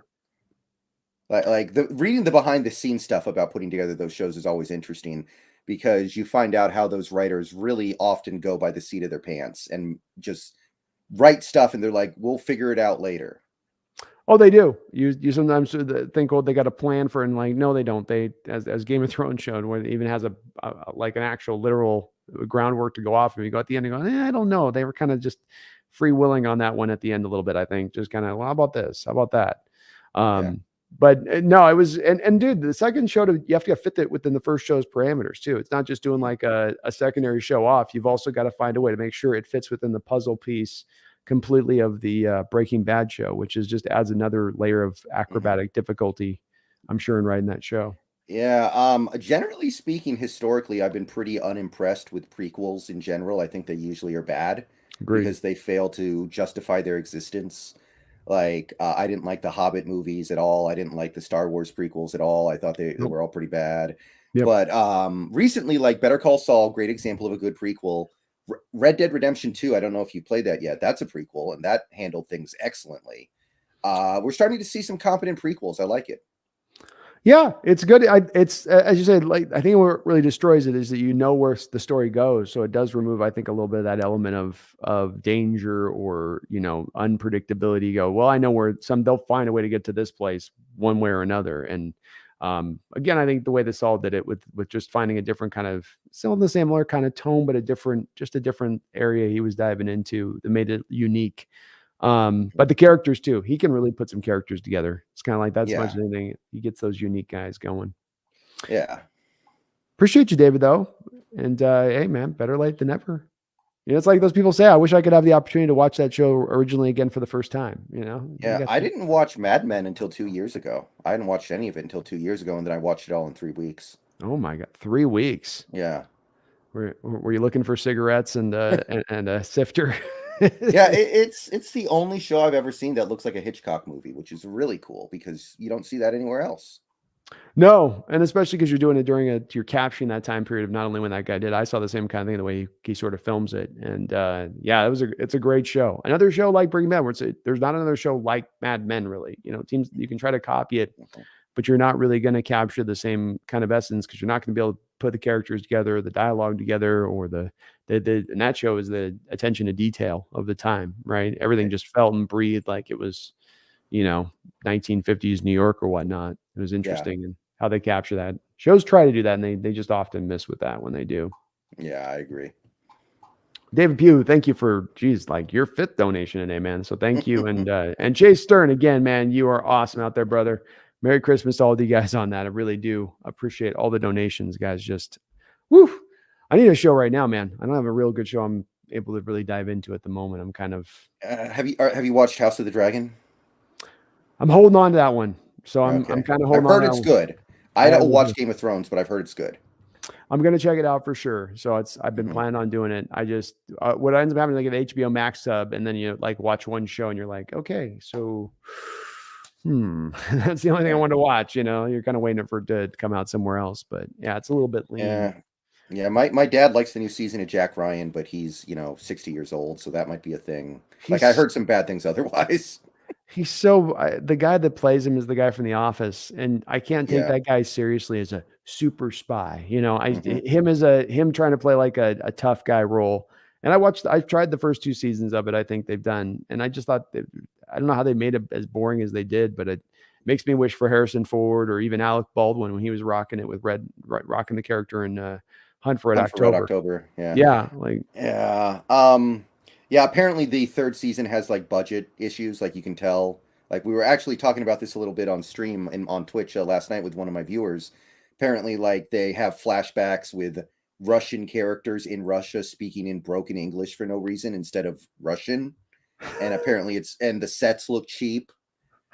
I mean, that kind of stuff doesn't bother me that much, though. Well, I guess. They had to put the money to that other prequel that Amazon's making. The way they put $5 billion into that Hobbit, whatever the hell, the Rings of Power. Oh, the Rings of Power, yeah. So I guess it all had to get dumped into that, Yeah, I mean, Better Call Saul did that too. The actor who plays Hector doesn't know how to speak Spanish, so they just let him speak English in his dramatic scenes because if he tries to speak Spanish, it's going to sound terrible.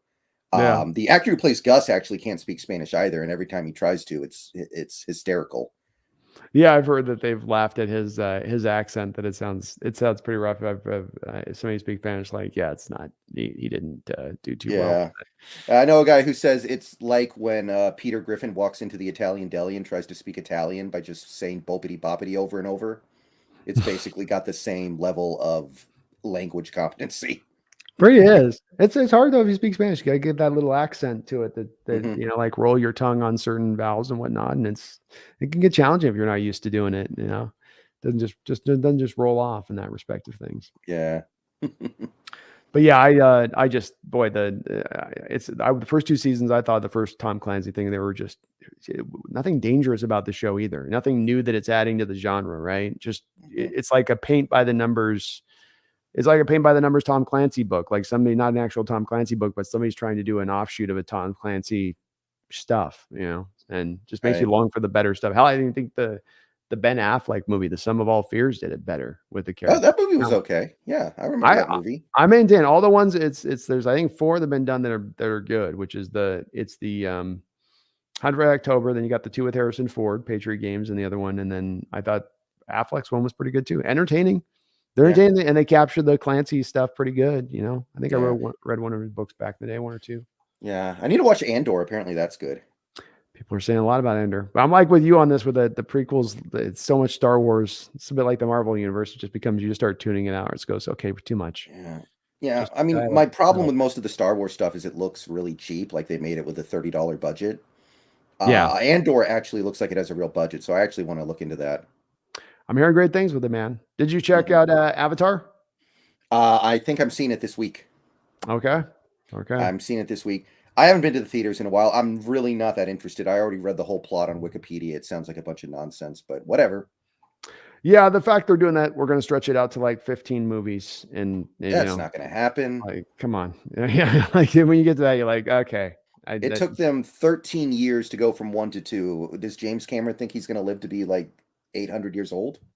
I don't. Supposedly, there's like a director's cut of this first one that's going to be like 10 hours or something, I guess. So Yeah. he's gone off a little bit of that end of that deep end of this creative side, but hey, he's got the money to do it. So if he wants to, I'm sure he can. Yeah. He You can know, all pull. my favorite movies are 3 hours long, but you got to really justify that length. And I can't imagine an Avatar movie doing it. Not when the first one's got such a simplified, recycled storyline that we've seen a million from Fern Gullies to Dances with Wolves. You've seen it a million times over. So what, why, how are you going to stretch that thing out into expanded content? Yeah. Let's get this universe expanded from what? it's just, it's basically a tiny story at the end of the day, self-contained kind of story. Hmm. But we'll see. Hopefully it's epic. I hear there is still some good Cameron action in it, and that's one thing he can always do really well. From the T2 days to Aliens, is like he can put an action scene together that'll kind of take your breath away a little bit. So I'm sure it's Yeah. at the very least got that going. Yeah. I was going to see Babylon instead of Avatar, but apparently it's not very good. So I'm going to skip it and I'll just go see Avatar. Yeah. Well, I mean, at least visually we'll catch you, but we'll Right. have to see what you think. I'll see what you let you be the tester on that one, then you can tell me Hmm. if it was good or not. We'll come Right. back on it. Um, well, I think we've kind of broken down a bit, really with what's what on this offense. I mean, you're shorthanded wide receivers. Your interior of line's not holding up. Gino's definitely fluttering a little bit here at the end of the year, a little bit for probably in certain respects understandable reasons, and some respects probably also just kind of having a little bit of even just maybe slight regression here from where he was earlier on in the year. Not enough for both you, as we did in our offseason plan, though. Not enough to push you off the path of necessarily still signing him to an extension. I think you, like me, give him some better things holding up and maintaining a little bit, and he'll be fine. Yeah. I mean, my whole thing this offseason is we have options, and I'm fine with most of those options. Just pick one. If you Yeah. want to commit to Gino, do it. If you want to go with CJ Stroud or Will Levis, do it. I mean, there are some things I don't want to do. I don't want to go sign Lamar Jackson. I don't want to draft Bryce Young. I mean, obviously, if we drafted Anthony Richardson, I wouldn't want to start him day one. I think he would be a complete train wreck if you started him day one. But Yeah. for the most part, I'm just like, we have options. And that's nice because I wasn't expecting to have options when the season started. I was thinking Gino's a 100% 1 year stopgap. Get him out of here after this year. Yeah. Now, at least we have the option. Even if we don't take it, it's good to not be backed into a corner. Options are the best thing you can have in football, right? And you get trapped at times in this game. We got to go make this pick for this spot because we desperately need it because we didn't address this over there. And instead, you got to come into this offseason with a lot of different cards on the table here, including the card that could be franchise in a trade, Brandon. I mean, there's a possibility you could move a Gino and somebody says, hey, we'll give you a second and third round pick for him. I mean, hell, if a broken down Carson Wentz last year could pull a second and third, from the Colts, or Matt Ryan was pulling, what he pulled, like a third or something like that, second from them. So yeah, I mean, our team's going to learn their lesson though. Like the Wentz trade, the Ryan trade, the Wilson trade, our team's going to be like, okay, no more trade assets for washed up quarterbacks. Is this eventually, it's like when Mike Myers did the Love Guru and people were like, okay, not hiring him to be an actor anymore. Yeah, he's done. Is Russell Wilson like Mike Myers? Is he going to be like it's over? I think if a team understands that they're going to get Geno Smith and they're going to get him at theoretically half a cost price once they put him on a multi-year deal, and then where they're trying to do the sort of a money ball up application here, where, okay, well, Geno's half the price. We're not going to ask him to play at this level here.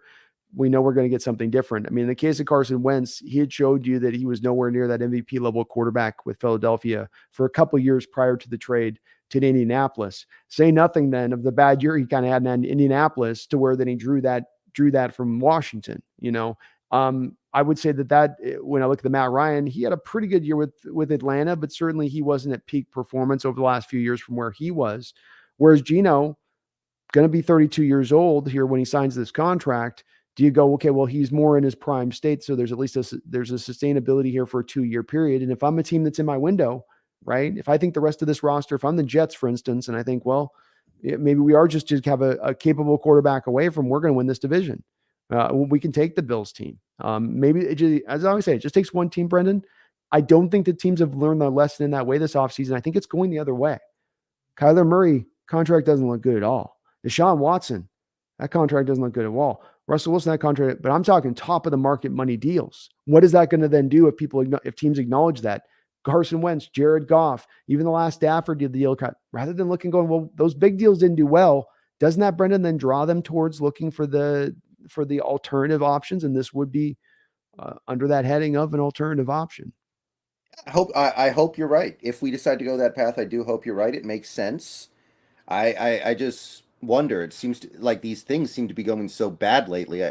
I guess at the end of the day, every player is a different case.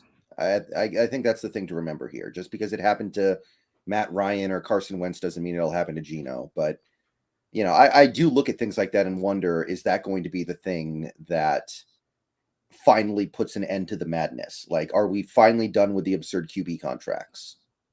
Probably not. Probably not. You're right. I think we're not going to see the guaranteed stuff that Watson was maybe going to bring in with him, right? Where all the deals would get full. More now than ever, teams are going to be like, we're not going to put as much guaranteed in here. We'll give you the bonus. We'll do that. We want to have a way out of this deal if this goes sideways for us. So it's going to probably build in protections into the future for teams that have been going more to this realm of, we'll put the guaranteed money in there. We'll give everything, bonus through every which way, like Russell's deal, where it's essentially, I can't get out from under it except for 3 years deep into it, in that realm of it. But I think it's fluid. I think this is going to be a situation that's ever changing and evolving a little bit, Brendan. I think the other thing that'll impact it is who are all the teams that maybe we're looking at are going to need quarterbacks this offseason. New England could be looking, New York could be looking, Miami could be looking. That's 3 teams. Right? Like Miami, Tampa Bay, Carolina, the Saints, Atlanta. If they're not sold on Desmond Ridder. I did have a viewer suggest, what if Waldron gets hired as a head coach and Geno goes with him wherever he goes? I don't think Waldron's done enough this year to generate off of one year doing this with it to get. I just don't. No way. I think it's not even a feasible thing to even consider happening. If he had gone through and kept a sustainable offense throughout the course of this year, throughout the whole year, yeah, you could sign me up to that. 1 year of him doing that is enough to then have him go get a job. But the fact that he's had 3/5 of a year with the top 10 offense and then 2/5 of a year with the offense in the 20s, I don't think for a guy who last year didn't have a particularly good year as far as an offensive coordinator goes, that's going to be enough to have people bring him on, especially for a guy who is as young as he is on his pathway and approach there. So maybe after another year, but no, I don't think that it's realistic that he goes from us this year at all. Really at all. I can't see. Yeah, I mean, now you're probably right. I guess this was more interesting 2 months ago. But yeah. If you talk to me, if you stayed on that trajectory, I say, yeah, you definitely, some team will go, he's a wonder kid. Look what he did with Geno, blah, blah, blah. It's like this whole, they get caught up in the dream, right? A little bit, but that dream gets a little bit, well, wait. Maybe that was just a good kind of run there for him, which may not be the case. Maybe he just really is good and he is that bright. But to get a guy in the head coach at a job, you've got to kind of be able to sell him on the dream a little bit. It wouldn't be, I don't think, with a team that would, again, Hackett wasn't, maybe I shouldn't talk like when Hackett wasn't exactly right, Yeah. I mean, yeah, that's kind of my thing though. Teams do overreach sometimes. I guess the question is, how many openings are there going to be?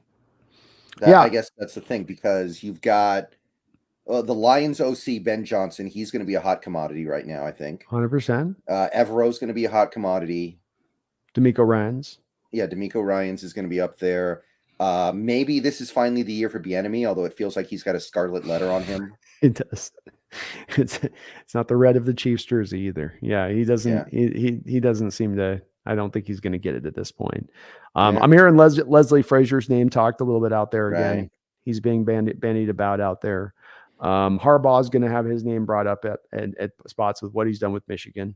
So he will absolutely be talked about in there as well. Sean Payton, of course, is out there. Yeah, you have to trade for him, though. It's so icky. Team's going to do it, though. You don't think a team won't do that? I'm hearing he's already assembling a quote-unquote super staff. Yeah, I heard that. Vic Fangio is going to be his defensive coordinator, and he's loading it to bear, I guess. So Yeah. he's going somewhere. Brendan, you would agree? Payton's going to be a head coach next year. Yeah. We need the Chargers to lose to Jacksonville in the opening round of the playoffs so we can get Staley out of there. Yeah. Well, then Staley comes right back to the Rams, so joke's on us. Honestly, at that point, you know what? I kind of welcome it. He had a lot of talent with the Chargers and blew it. Like, that defense is chock full of talent and they suck. So you know what? If he wants to go back to the Rams, I'll take that on.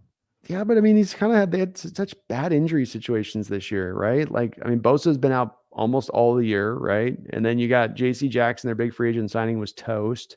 I mean, they do have Derwin James still and Khalil Mack having a good year, and there's some pretty good linebacker play that they got overall. But has he really had the pieces to run his defense the way he wants to run it? That defense needs like the lockdown corner, needs a couple of guys off the edge. They can provide the pressure, right? There are some things within it that are kind of base necessities. But does he have those things in with the Rams? Like, Aaron Donald looks past his prime. Yeah. I'm not impressed with Ramsey. I'm just not. Every time I watch, No. he's getting beat up. I know No. PFF still loves him, but I'm not impressed with Ramsey. Leonard Floyd doesn't look nearly as good this year. Like he might not have that talent with the Rams, and who knows what kind of exodus there's going to be this offseason.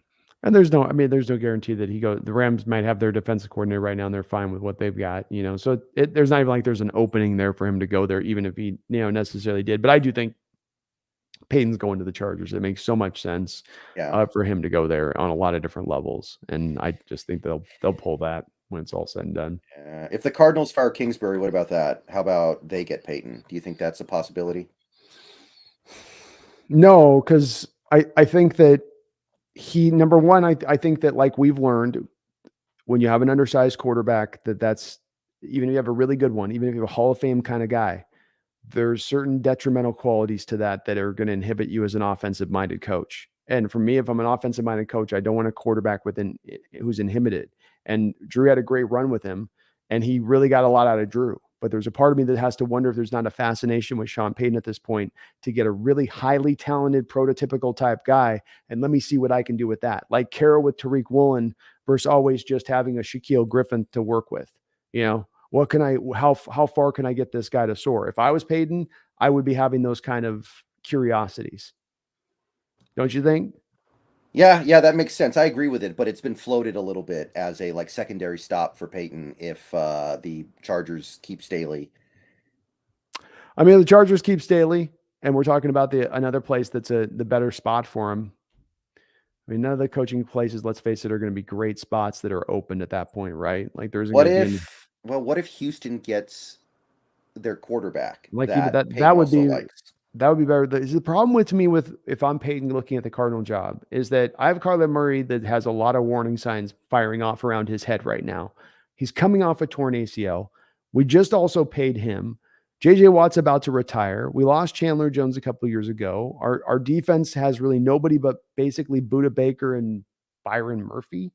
I mean, that's all we kind of have right now to work with. They've also got, I guess, one defensive lineman who's pretty decent down there too. On top of that, so like, what do you look at if you're Payton? Like, how quickly can I get this turned around? And then like, what do I got to work with there? The offensive line ain't all that great. Hopkins ain't getting any younger, right? He's got the steroid. Like, I don't know how attractive that job will. Even the Panther job to me, if I'm Payton, like defense is really good. I got Ika Akwanu, my left tackle set, my left guard set. I've got a running game that can work. DJ Moore's out there on the outside. I feel like there's probably like it'd be I think the Cardinal job would be one of the less enticing jobs outside of the Broncos of the openings that exist.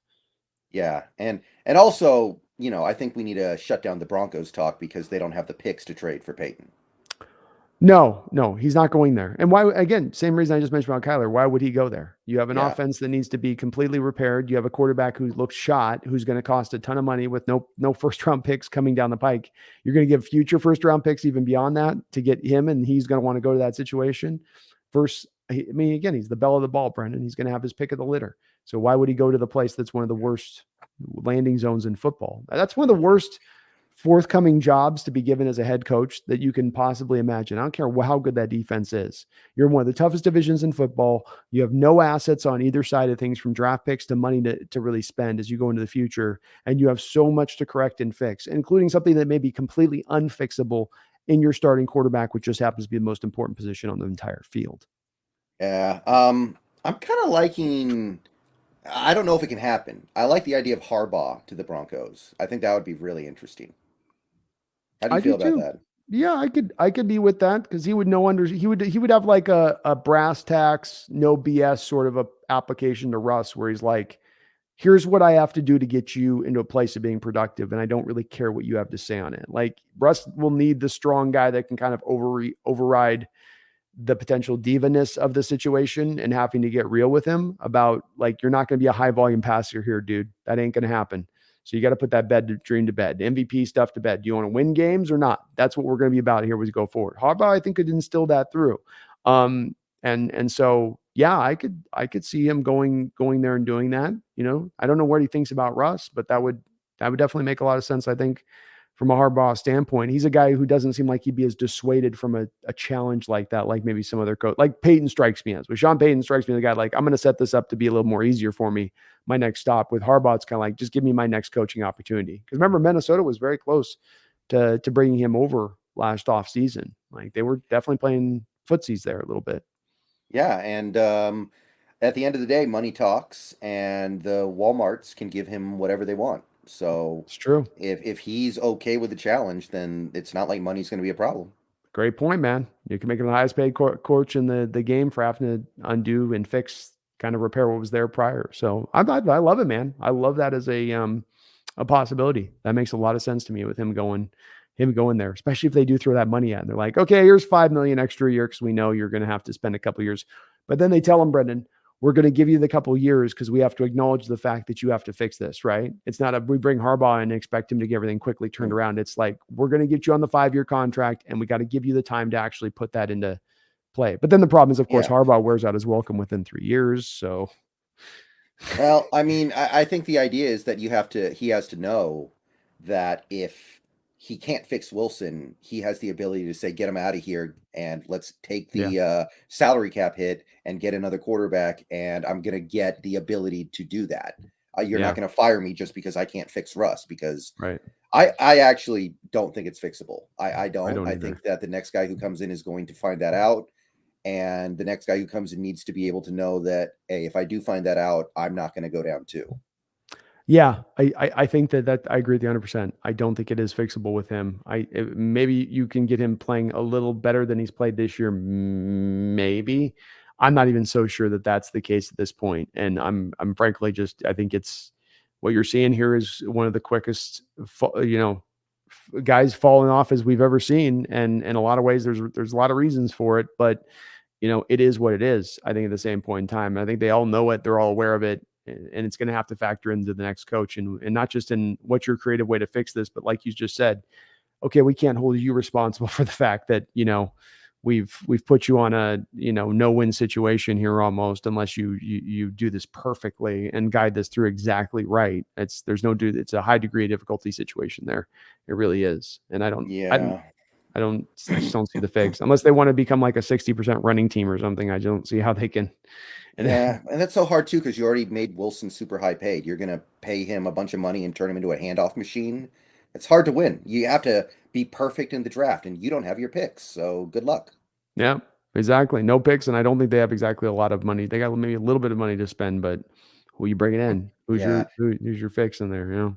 Yeah. I mean, they got the Niners first round pick from the Bradley Chubb trade, but that's looking like that's going to be a really a Yeah. low pick. Yeah, it might be a second rounder by the time at this point with where the Niners are going. So yeah, Yeah. they're not getting the prime, especially not in this draft, Brendan, which is not exactly looking like the greatest of drafts. Maybe a lineman they can find at that point, but it's I mean, dude, I think they need 5 new linemen apparently. probably they're pushing quarterbacks on the sideline and Yeah. getting pissed off each other. That was must have been a fun game to watch live with the folks going through on that one. Just with You didn't get to watch it live? I was watching a little bit, but I was kind of working on that Jalen Carter video. So I was sort of Uh, like half an eye to one thing, half an eye to the other a little bit. And, it yeah. was once, Yeah, if you have a chance to watch the whole thing, I would do it. I think it's the worst game Wilson's ever played. geez, saying Like something. he's playing the practice squad. The Rams are playing like the defensive tackle that got 2 sacks. His name is like Munchinson. They just got him. You know who Yeah. I'm talking about? Mhm. Like he was dominating, and he was not on a team until 2 weeks ago. Yeah. No, it was pretty crazy that they well, then the thing jumped out to me is the lineman not helping him up. I mean, that was the part Yeah, multiple times you don't see that, folks. Linemen always help their quarterback up.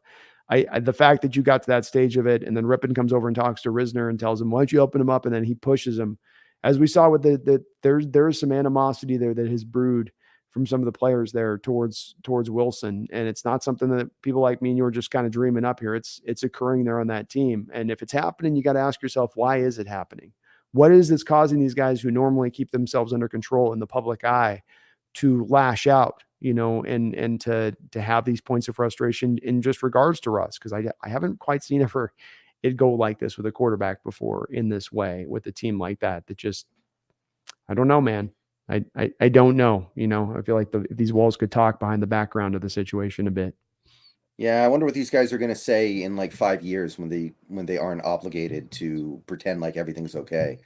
Kind of like what happened in Seattle. A lot of these guys came out after they were gone or Wilson was gone. They didn't say anything while they were on the team because, of course.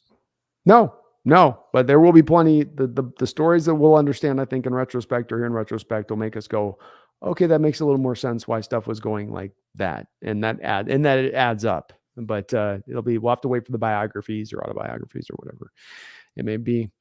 John M429 with a $5 donation. Thank you, John. I really do appreciate it. It says, where do we go for the running game next year? Resign Penny to split carries with Walker. Our run game must get better to help Geno or the next quarterback. Thank you for the $5 dono, John. Appreciate you. Yeah. We're, Well, I would say bring back Penny, but I would also say draft somebody in day 3. Just find a running back that you like. There are always running backs in day 3 of the draft that you can find that are good. But I think Penny's going to be cheap, so just do it. I don't have as I always say, I wish sometimes I can give you a little bit of a different answer from where Brendan is on this, but I kind of find myself in the same place, John. You go to Rashad Penny, you say, okay, here's a veteran minimum deal. We'll add $1 million on top of it. You're giving me a little more incentives if that's what it takes to close the deal. We're not giving you a lot. You bring him in at a relatively cheap deal. You're not spending a lot of money on Walker at that point. You then have DJ Dallas in as a third guy, and then just like Brendan said, go to me into the 4th, 5th round. Find me a running back in that, add him into the stable of backs at that point, and try to roll with it from there. I don't think you can go the 5 running back route. I don't think you can afford to really do that with the way, like me and Brendan were just talking about the conundrum they found themselves in with having to deactivate Jake Curhan because they need an extra defensive lineman in a game. This is why you can't have 5 running backs or have 4 tight ends on an active. It just ain't going to work to do it that way. So we got to go 4, but I would absolutely look at bringing back Penny. I look at his yard per 6.1 yard per carry this year from Rashad Penny. Like you can knock him all you want for the injury side of it, but when he totes the rock, he does so at a very highly effective rate.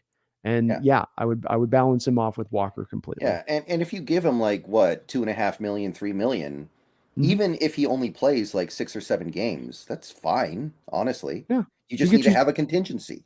Right. It's more to Brendan's original point on this one with the count a guy playing 15 games or count on a back having him for an 8 or 9 stretches point rather than looking at it as a bell cow back that's going to have 300 touches at the end of the year and 50 catches.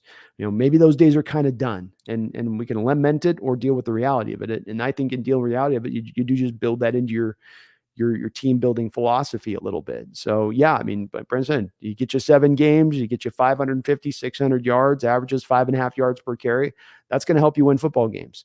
That's going to help you potentially get the playoffs, especially when you got a guy like Walker, say nothing of the 4th or 5th rounder guy back there. And though DJ Dallas isn't exciting, he's steady enough to get the job done if you need him for carries here or there. He's not the future or anything like that. I don't want to give him a significant amount, but he's functional, I guess. It's hard to have a ton of stars at the position just stacked one after another. And I think that'd give you a good enough stable. Jeff Speak with a $10 donation. Jeff, thank you for the $10 donation. Really appreciate it. Very kind of you, man. Thank you so much. Hope you guys are all having a good night out there. Thank you. Appreciate you guys. You're very, very kind. Says, let's put Jake Curran at guard, have him work his feet, and draft center and left guard. Defense simply needs a defensive end and a linebacker. Jake Curran at guard. What say you? I think he's not going to be able to pass protect there at all. I think that he'd be very one-dimensional there. He's a very destructive run blocker. In fact, I've had some people suggest, what if you just put him in at the end of games when you're trying to run the clock out? Like, just basically use him like a closer in baseball. Okay. But I don't think he can be an every down guard. I think he's a right tackle first and foremost. And I think that's probably your best way to go. We do need to draft a center. That's definitely the case. But I don't know about left guard. I'm not sure how I feel about Damian Lewis right now. I could go either way. On the one hand, he's good. On the other hand, he doesn't really fit. But overall, I like Curhan, but I think he belongs as a backup right tackle in this league. Yeah, and thank you again, Jeff. $10 donation. You're awesome. I see where you're going with Jay Curran. Like Brendan said, he is a devastating run blocker. They have tried him a couple times at guards in games. And in both of those, I think there's 2 games last year. There was the Cardinal game where he was in there starting the whole game. And then this year, I think he came in for a collection of snaps at one point at right guard early on in the year. Both of those times, he was terribly graded by PFF and really, really struggled when put in at guard. So it's one of those things that might theoretically seem like it fits that he could do it, but when he has been asked to do it, he hasn't done it well. And he does seem to have more of a kind of basic skill set that does seem to lend itself, as I've said for a while, to more of just a purified right tackle, not a left tackle, not a swing tackle like we try to look at Stone Forsythe, just a pure right tackle. He's a power right tackle. You'd like the right tackles to be more run blockers in their element of things. He provides the team value with that because as Abraham Lucas is going down now, I'm pretty sure we're going to see Curhan probably back to active and starting this next week, potentially over there at right tackle. So he still brings value to the team right now, just even as that. But I don't know if he can pull it off, Jeff. I think we will need to go with a little more talented guy for that area of things. I'm not, Damian Lewis isn't to me the guy long-term at left guard, but I do think, Jeff, you're only going to be able to deal with so much this offseason with the holes that we have to fill and the big holes like center, right? You mentioned right guard, defensive line, middle linebacker. We mentioned we need to get a 4th, 5th round running back. Probably going to need to get some safety insurance. Going to need probably a slot corner at this point. I'm not sure that Kobe Bryant's really a slot corner. There's a lot of needs here, and you're not going to be able to get to everything in one offseason. Just one reason why, Jeff, I think that we are on a 2-year process to getting to that point where you really are an elite team that can push forward and really contend truly at that point. So I do think you're right to say left guard. It does need to be dealt with Damian Lewis long-term. He is doing well enough week to week, and that if you have your center holding it down and you got your right guard holding it down, we're not going to really be worrying about Damian Lewis as some sort of huge weak link to this offensive line that's keeping us from being in an elite offense. That won't be the case. Those are the things that are right now the case. Those are precluding you from being potentially that same top 10 offense right now by what they're kind of doing. Would you agree with that? Yeah. I'm fine with Damian Lewis. It just, it does occur to me there are some plays where you can really tell he's not really a fit. And you can work with it. You've got very mobile tackles. Both Cross and Lucas should be able to play in space. Mm-hmm. You can get a center that can play in space. You can get a right guard that can play in space, maybe even. That's kind of weird, but you could. Mm-hmm. Yeah, I'm inclined to agree. And also, Damian Lewis isn't entering the last year of his rookie deal. He's going to be cheap. You may as well keep him around for at least one more year. Yeah. And if you had more of a center right guard, I'd be all on board with let's find an upgrade, different guy for Damian Lewis that's more scheme fit, that is more mobile based. But he is fine. He'll be good enough in that role, at least for the interim but I don't think they probably sign him to a contract extension. They probably let him walk in free agency and play that game with it at that point. Jeff with another $2 donation. Thank you, Jeff. Curhan is great on the right side. He's been a solid right tackle when they put him in, Jeff. I do, as I may sound like I'm selling him low by saying, well, he's your backup right tackle. Part of that's just how much I love Abraham Lucas. And I said part of the start of the year was as soon as Abraham Lucas drafted, and people were like, well, Curhan though. I was like, no, Abraham Lucas is just that good. He's going to take over that right starting role from day one. But Curhan's he's not chop liver, man. He's not. He can play back there. I think pass protection, there's going to always be some struggles. It gets a little protected on the right side because you have the tight end able to chip. So it's not like the left tackle where you're out as much on the island. But as a run blocker, especially, he's probably our best run blocking tackle, right, on this roster right now. Yeah, I think so. You know, so I definitely like Curran, Jeff. I do. I just worry about the guard being. I just the couple times they put in. I remember watching him a few of the times, going, "Oof, maybe not all the spots in the line for him." Yeah, I like the fact that he has a little bit of experience there, but that gives him a little bit of versatile value. But it I think it would be another thing where if Jake Curhan has to come into the game at guard, you would kind of relegate the offense to just run, run, run, run, run, like you did against the Chiefs in the second half, Yeah, for the same reason. yeah, and you don't want to toss out all predictability just because you're trying to lean away from a player's weaknesses a little bit. Doesn't seem like a pathway to success overall, for the team on that. Um, Well, we and thank you again, Jeff, for the double donos. All you guys for the donations on the channel. You guys are amazing in that respect. I think we've kind of looked at this game about as much as I want to look at this Kansas City game and Right. unpacking it. We look forward to the rest of this year right now. I think our expectations are kind of low. We're hopeful. You and I are both dreamers. We'd love to see us get in the playoffs just for the hell of it. It would be fun. Let's face it. Especially get some of the young guys a little bit of their beak wet with a little bit of playoff experience.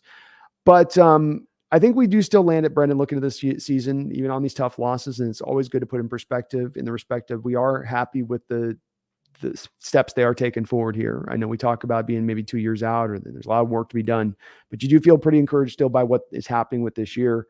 We also do now, I think we got to talk a little bit about just to close it off on kind of a nice bright note is that the Denver Broncos, you've been talking a little bit about through the process, but we haven't just hit it around the head. The Denver Broncos did, of course, lose again for what was really a keynote game here and find themselves now giving us that third pick overall selection right now, which could potentially still have an outside chance, though it's far outside chance of getting the number one overall selection. Is this going to be the big thing that pushes us forward, this pick? Is this going to be, and then that second round pick, you get it as well. Are those going to be to you as you look long-term, when we look 3 years down the road at this team, it's going to be these picks. It's going to be this Denver Broncos selection where we go, that was one of the greatest trades in NFL history, and it propelled us to this. I would expect it to be. And I say that even knowing this draft is not stellar overall. I believe the top is stellar. I think CJ Stroud is a worthy QB1. I think Carter and Anderson are worthy top 5 defensive players. So the fact that we are picking likely within that top 3 means that the fact that the rest of the draft is not so great doesn't really affect that pick. Because I think the tier 1 players are really, really good. There just are only a few of them. Yeah, agreed. So, yeah, I would expect that piece to be foundational, whatever it is. And I'm okay with a few different routes we can take. Jalen Carter, Will Anderson, CJ Stroud, trade down a little bit. Maybe you could still get one of those guys if you trade down, by the way. Like, my dream scenario that I was talking about a while ago was pick number 2. You trade down to number 4 with a team that wants to take Stroud because Houston's probably taking Young. And then you take whoever's left between Carter and Anderson when I think it would be like the Bears are done. Right. Yeah. And I don't know what you could get for trading down from 2 to 4, but you could get something pretty significant. It would be, because when you are at that height of heights in the draft, it calls for that. Even if it's a minor jump, it calls for a huge amount of draft capital to do so. And especially when a quarterback's at play, those have typically called upon those assets to be brought in to make those kind of trades, even on the small bumps, the small leaps like you're talking about. So, we sit in that pole position. I agree. I think you're sitting in this spot where it's in like I said, in a lot of respects, you've done the hard work here. There's more to be done. We ain't done here, but this part coming up now to be able to pick in this spot and all of the flexibility it gives you and all you can build off of that. We forget and we don't talk enough about, you mentioned a little bit about it, that's at the top of the second round too.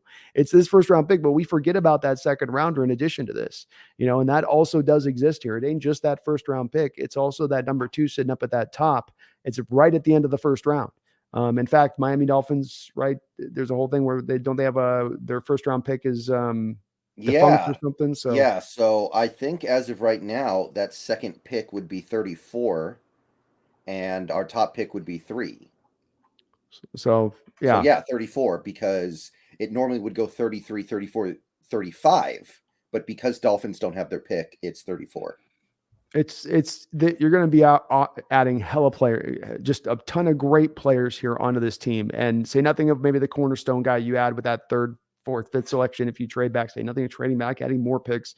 Who knows how many you could potentially turn this into? But we've got an exciting future here, and there's definitely this has been a tough little losing streak and dip here to our Seahawks team here at the end of the year.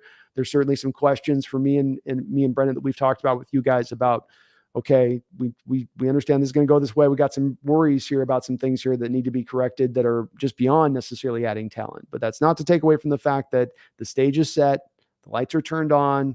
We got the guy over at the curtain ready to pull the curtain up. Now they just have to get through the last part of this process to really, fire this team forward into being an elite team. Hopefully they get there by next year, but even if it's in 2 years from now, they've set the stage to be good, not only to get good, Brendan, but to be sustained good, because you're going to have a nice base to build off that you just can continue to hopefully keep adding on to. I know we had a short run with the LOB, so we shouldn't talk about sustained runs, but I love where this future lies.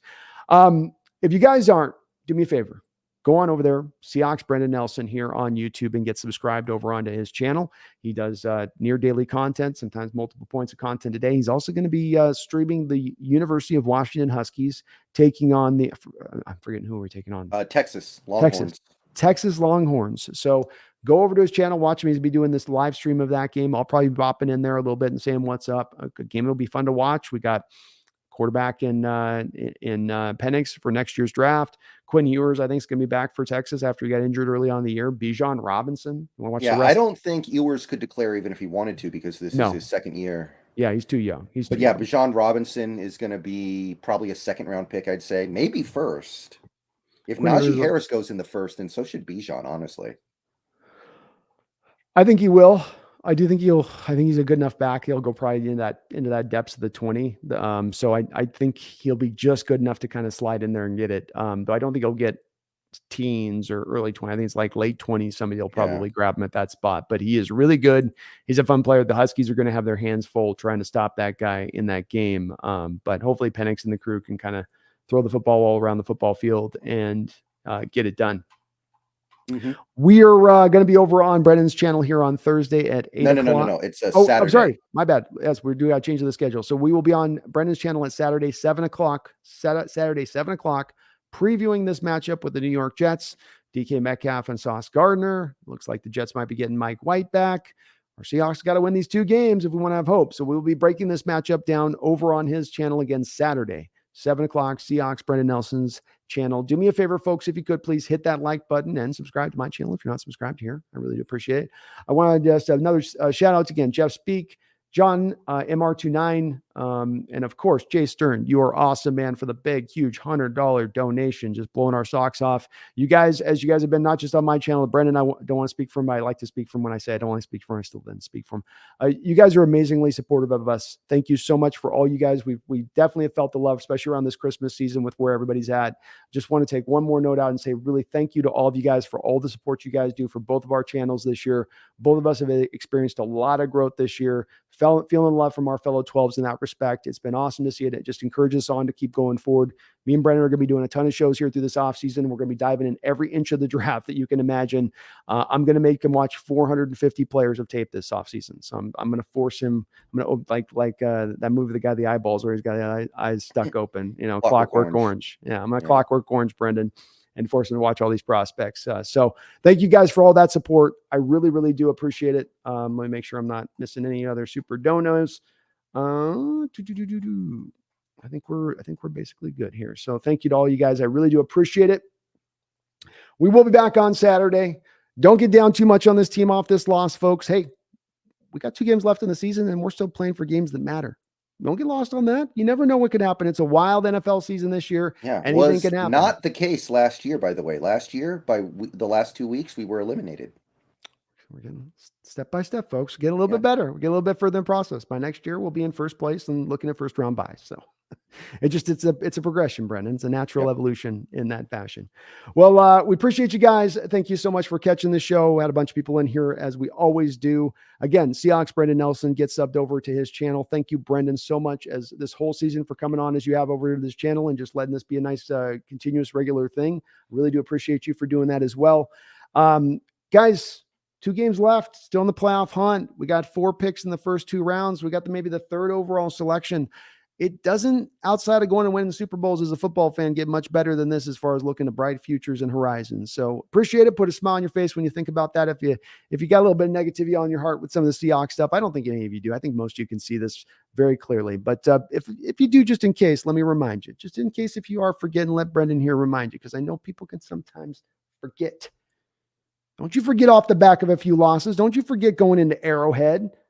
That's the Kansas City Chiefs. They're in their window. We're heading for our window. Our window hasn't even begun to open up. Theirs is wide open. And a couple years left. We'll see where they're at with all that contracts. We're on our way. So keep that faith. Keep that hope, my fellow Seahawks fans. Keep an eye towards that beautiful future that is onward and coming. And don't you ever, ever forget. Go Hawks. Oh, Hawks.